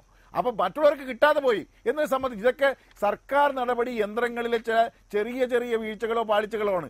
അതാണ് ആകെ ഒരു പിടിപ്പുകേട് എന്ന മട്ടിലേക്ക് വ്യാഖ്യാനിക്കാൻ അഴിമതി ഇല്ല എന്നോ ഉണ്ടോ എന്നോ പറയാൻ പറ്റുന്ന നിലയിലേക്ക് കാര്യങ്ങൾ എത്തിയിട്ടില്ല. ഇതിലൊരു ദുരൂഹതയുണ്ട്. ഇന്ന് നിയമസഭയിൽ ഈ വിഷയം ഉന്നയിക്കപ്പെട്ടപ്പോഴും അതിനുള്ള മറുപടി ഉണ്ടായില്ല എന്നാണ് ചൂണ്ടിക്കാട്ടുന്നത്. ഇതിൽ മറുപടി പറയാൻ സർക്കാരിന് കഴിയുമെങ്കിൽ അങ്ങ് പറഞ്ഞാൽ മതി. ഈ സ്ഥാപനവും ഈ ഗവൺമെന്റും തമ്മിലുള്ള സാമ്പത്തിക ഇടപാട് എന്താണ്? ഇതേ മാനദണ്ഡം തന്നെയാണോ മറ്റേ ഇടുക്കിയിലെ കർഷകരോടുമുള്ളത്, കേരളത്തിലെ കർഷകരോടുമുള്ളത് എന്ന് വിശദീകരിച്ചാൽ മതി. ബിജു പ്രഭാകരന്റെ പക്ഷം പിടിച്ചോ? ഒരു ഞങ്ങൾക്ക് അക്കാര്യത്തിൽ എല്ലാ കൃഷിക്കാരുടെയും പൈസ യഥാസമയം കൊടുത്തു എന്നുള്ള അവകാശം. പക്ഷേ മുമ്പത്തേക്കാൾ പല പ്രാവശ്യം ഞങ്ങൾ ഇവിടെ അടിയന്തര പ്രമേയവും സഭ സമീപിക്കലും ഒക്കെ നടത്തിയതിനു ശേഷമാണ് മുൻകാലങ്ങളിൽ പണം കൊടുത്തുകൊണ്ടിരുന്നത്. ആ അവസ്ഥയിൽ നിന്ന് മാറ്റം ഉണ്ടായി വരുന്നുണ്ട്. അത് ഞങ്ങൾക്ക് അഭിമാനപുരസരം പറയാൻ കഴിയും. പണത്തിന്റെ കാര്യത്തിൽ പറയുന്നതിനോടുള്ള എന്റെ ഒരു വിയോജിപ്പ്, അതിൽ സുതാര്യതയുണ്ട് എന്ന് സർക്കാരിന് ഉറപ്പുണ്ടെങ്കിൽ അതിന്റെ വിശദാംശങ്ങൾ ഇന്ന് ഈ വിഷയം ഉന്നയിച്ച ഘട്ടത്തിൽ പറയാമായിരുന്നു കൃഷി മന്ത്രിക്ക്. അദ്ദേഹം അത് പറയാതെ മറ്റു പല കാര്യങ്ങളുമാണ് പറഞ്ഞത്. ഇനി പ്രതിപക്ഷം അതിൽ കൊണ്ടുവരട്ടെ, അതിന്റെ കൂടുതൽ വിശദാംശങ്ങൾ വരട്ടെ, നമുക്ക് ചർച്ച ചെയ്യാം അതിലേക്ക്.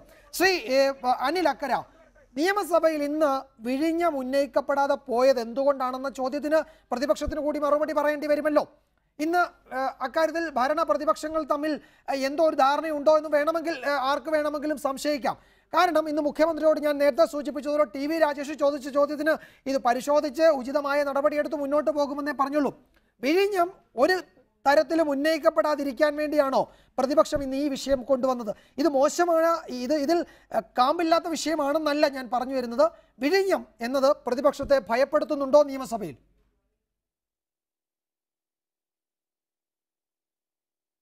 അല്ല, വിഴിഞ്ഞതിന് പ്രതിപക്ഷം ഭയപ്പെടേണ്ട കാര്യം ഇന്നലെ ഈ റിപ്പോർട്ട് സഭയിൽ വെച്ചതിന് ശേഷം ഉമ്മൻചാണ്ടി വളരെ ക്ലിയറായി അതുമായി ബന്ധപ്പെട്ട് പറഞ്ഞു.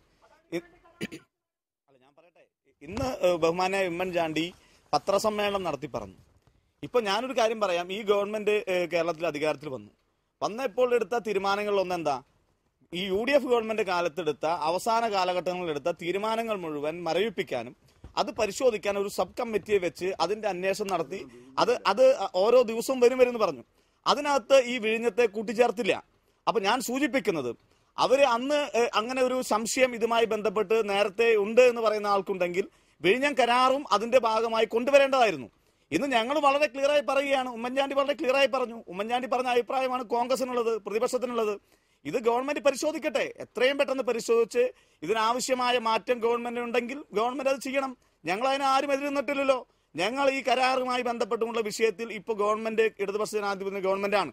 ആ ഗവൺമെന്റ് എത്രയും പെട്ടെന്ന് മുഖ്യമന്ത്രി പറഞ്ഞതുപോലെ ഏത് സംവിധാനമാണെങ്കിൽ ഏത് ഏജൻസിയെ വെച്ചിട്ടാണെങ്കിൽ പരിശോധിച്ച് അതിൽ മാറ്റേണ്ടതായ മാറ്റങ്ങൾ ഉണ്ടെങ്കിൽ അത് ചെയ്യണം. അല്ല ഞങ്ങൾ അഴിമതിയാണ് നടത്തിയെങ്കിൽ ഞങ്ങൾക്കെതിരെ കേസെടുക്കണം. ഞങ്ങൾ അതിലൊന്നും അഭിപ്രായ വ്യത്യാസമൊന്നും പറഞ്ഞില്ല. ഇന്ന് വളരെ ക്ലിയറായി മുൻ മുഖ്യമന്ത്രി ഉമ്മൻചാണ്ടി പത്രസമ്മേളനം നടത്തി കാര്യങ്ങൾ വിശദീകരിക്കുകയാണ്. ഇപ്പൊ അതല്ല ഇവിടുത്തെ പ്രശ്നം. ഞങ്ങൾ നിയമസഭയിൽ ഇന്ന് കൊണ്ടുവന്ന വിഷയത്തിനകത്തെ പ്രധാനപ്പെട്ട കാര്യം നേരത്തെ പറഞ്ഞ പോലെ ഇവിടെ ഏറ്റവും പ്രധാനപ്പെട്ട വിഷയങ്ങൾ കുറെ നിൽക്കുകയാണ്. ഈ ഗവൺമെന്റ് അധികാരത്തിൽ വന്നപ്പോൾ പറഞ്ഞ കാര്യങ്ങളിൽ നെൽ കർഷകരുടെ പണം, അതുപോലെ തന്നെ തേങ്ങാ കർഷകരുടെ പണം, കർഷക പെൻഷൻ ഇതൊന്നും കൊടുക്കാതെ ഗീതാ ഗോപിനാഥിന്റെ അച്ഛന്റെ കമ്പനി കൊടുത്തു എന്നാണ് പറയുന്നത്. ഇത് ജൈവ കൃഷിയാണോ എന്നൊക്കെ പരിശോധിക്കേണ്ട കാര്യം ഞാൻ അതിലേക്ക് കടന്നു പോകുന്നില്ല. ഇവിടെ ശ്രദ്ധിക്കേണ്ട കാര്യം, മുഖ്യമന്ത്രി ഉപദേശകരെ വെക്കുമ്പോൾ ആ ഉപദേശകർ എങ്ങനെയായിരിക്കണമെന്ന് പരിശോധിക്കേണ്ട ഉത്തരവാദിത്വം ഞങ്ങളുടെയല്ല, മുഖ്യമന്ത്രിയുടെയാണ്. വിജിലൻസ് ഡിപ്പാർട്ട്മെന്റോ അല്ലെങ്കിൽ മറ്റു ഡിപ്പാർട്ട്മെന്റ് അന്വേഷിച്ച് ഇങ്ങനെയുള്ള ആളുകളെ വെക്കണം. അങ്ങനെയുള്ള ആളുകളെ വെക്കുമ്പോൾ സ്വാഭാവികമായും അവർ ഗവൺമെന്റുമായി ബിസിനസ് ചെയ്യാത്ത ആളുകളെ വെക്കുന്നതാണ് ഒരു ഇടതുപക്ഷ ഗവൺമെന്റ് നല്ലത്. അപ്പൊ ഇതൊരു ഇടതുപക്ഷ സ്വഭാവമുള്ള ഗവൺമെന്റ് ആണോ എന്ന സംശയം എനിക്ക് വരികയാണ്. ഇവിടെ MK ദാമോദരനെ വെച്ചപ്പോഴും ഉണ്ടായ പ്രശ്നം എന്താ? അദ്ദേഹം സർക്കാരിനെതിരായ കേസുകൾ വാദിക്കുകയാണ്. മുഖ്യമന്ത്രി ഉപദേഷ്ടാവ് സർക്കാരിനെതിരായ കേസുകൾ വാദിക്കുന്നു. ഇവിടെ മുഖ്യമന്ത്രിയുടെ സാമ്പത്തിക ഉപദേഷ്ടാവ് സർക്കാരുമായി കച്ചവടം നടത്തുകയാണ്. ഇതെങ്ങനെ പൊരുത്തപ്പെടും? ഇതൊരു ഇടതുപക്ഷ ഗവൺമെന്റ് ചേർന്ന ജോലിയാണോ? അതാണ് എന്റെ ചോദ്യം. പക്ഷേ CR, അവസാനമായി ചുരുങ്ങിയ വാക്കുകളിൽ വിഴിഞ്ഞം എന്നത് ഈ വിഴിഞ്ഞത്തിന്റെ കാര്യത്തിൽ ഇപ്പോൾ ശ്രീ അനിൽ അക്കരെയൊക്കെ ഉന്നയിക്കുന്നത് പോലെ ഈ സർക്കാർ ഈ കരാർ പുനഃപരിശോധിച്ച് ഇതിൽ CNTG കണ്ടെത്തിയ കുഴപ്പങ്ങൾ പരിഹരിച്ച് ഒരു പുതിയ കരാർ ഉണ്ടാക്കുമെന്ന് താങ്കൾക്ക് തോന്നുന്നുണ്ടോ? ഒരിക്കലുമില്ല, ഒരിക്കലും ഇല്ല എന്ന് മാത്രമല്ല, ഇത് പരിഹരിക്കണമെന്ന് ഇടതുപക്ഷത്തിനുണ്ട് എന്ന് ഞാൻ വിശ്വസിക്കുന്നതേയില്ല. അതിന് ഗവൺമെന്റ് പറയുന്ന ന്യായം നിലനിൽക്കുന്നതാണോ? അത് പരിഹരിക്കില്ല, ഈ കരാർ പുനഃപരിശോധിച്ചാൽ വലിയ പ്രശ്നം ഉണ്ടാവും. ഈ കരാർ അവിടെ നിൽക്കട്ടെ.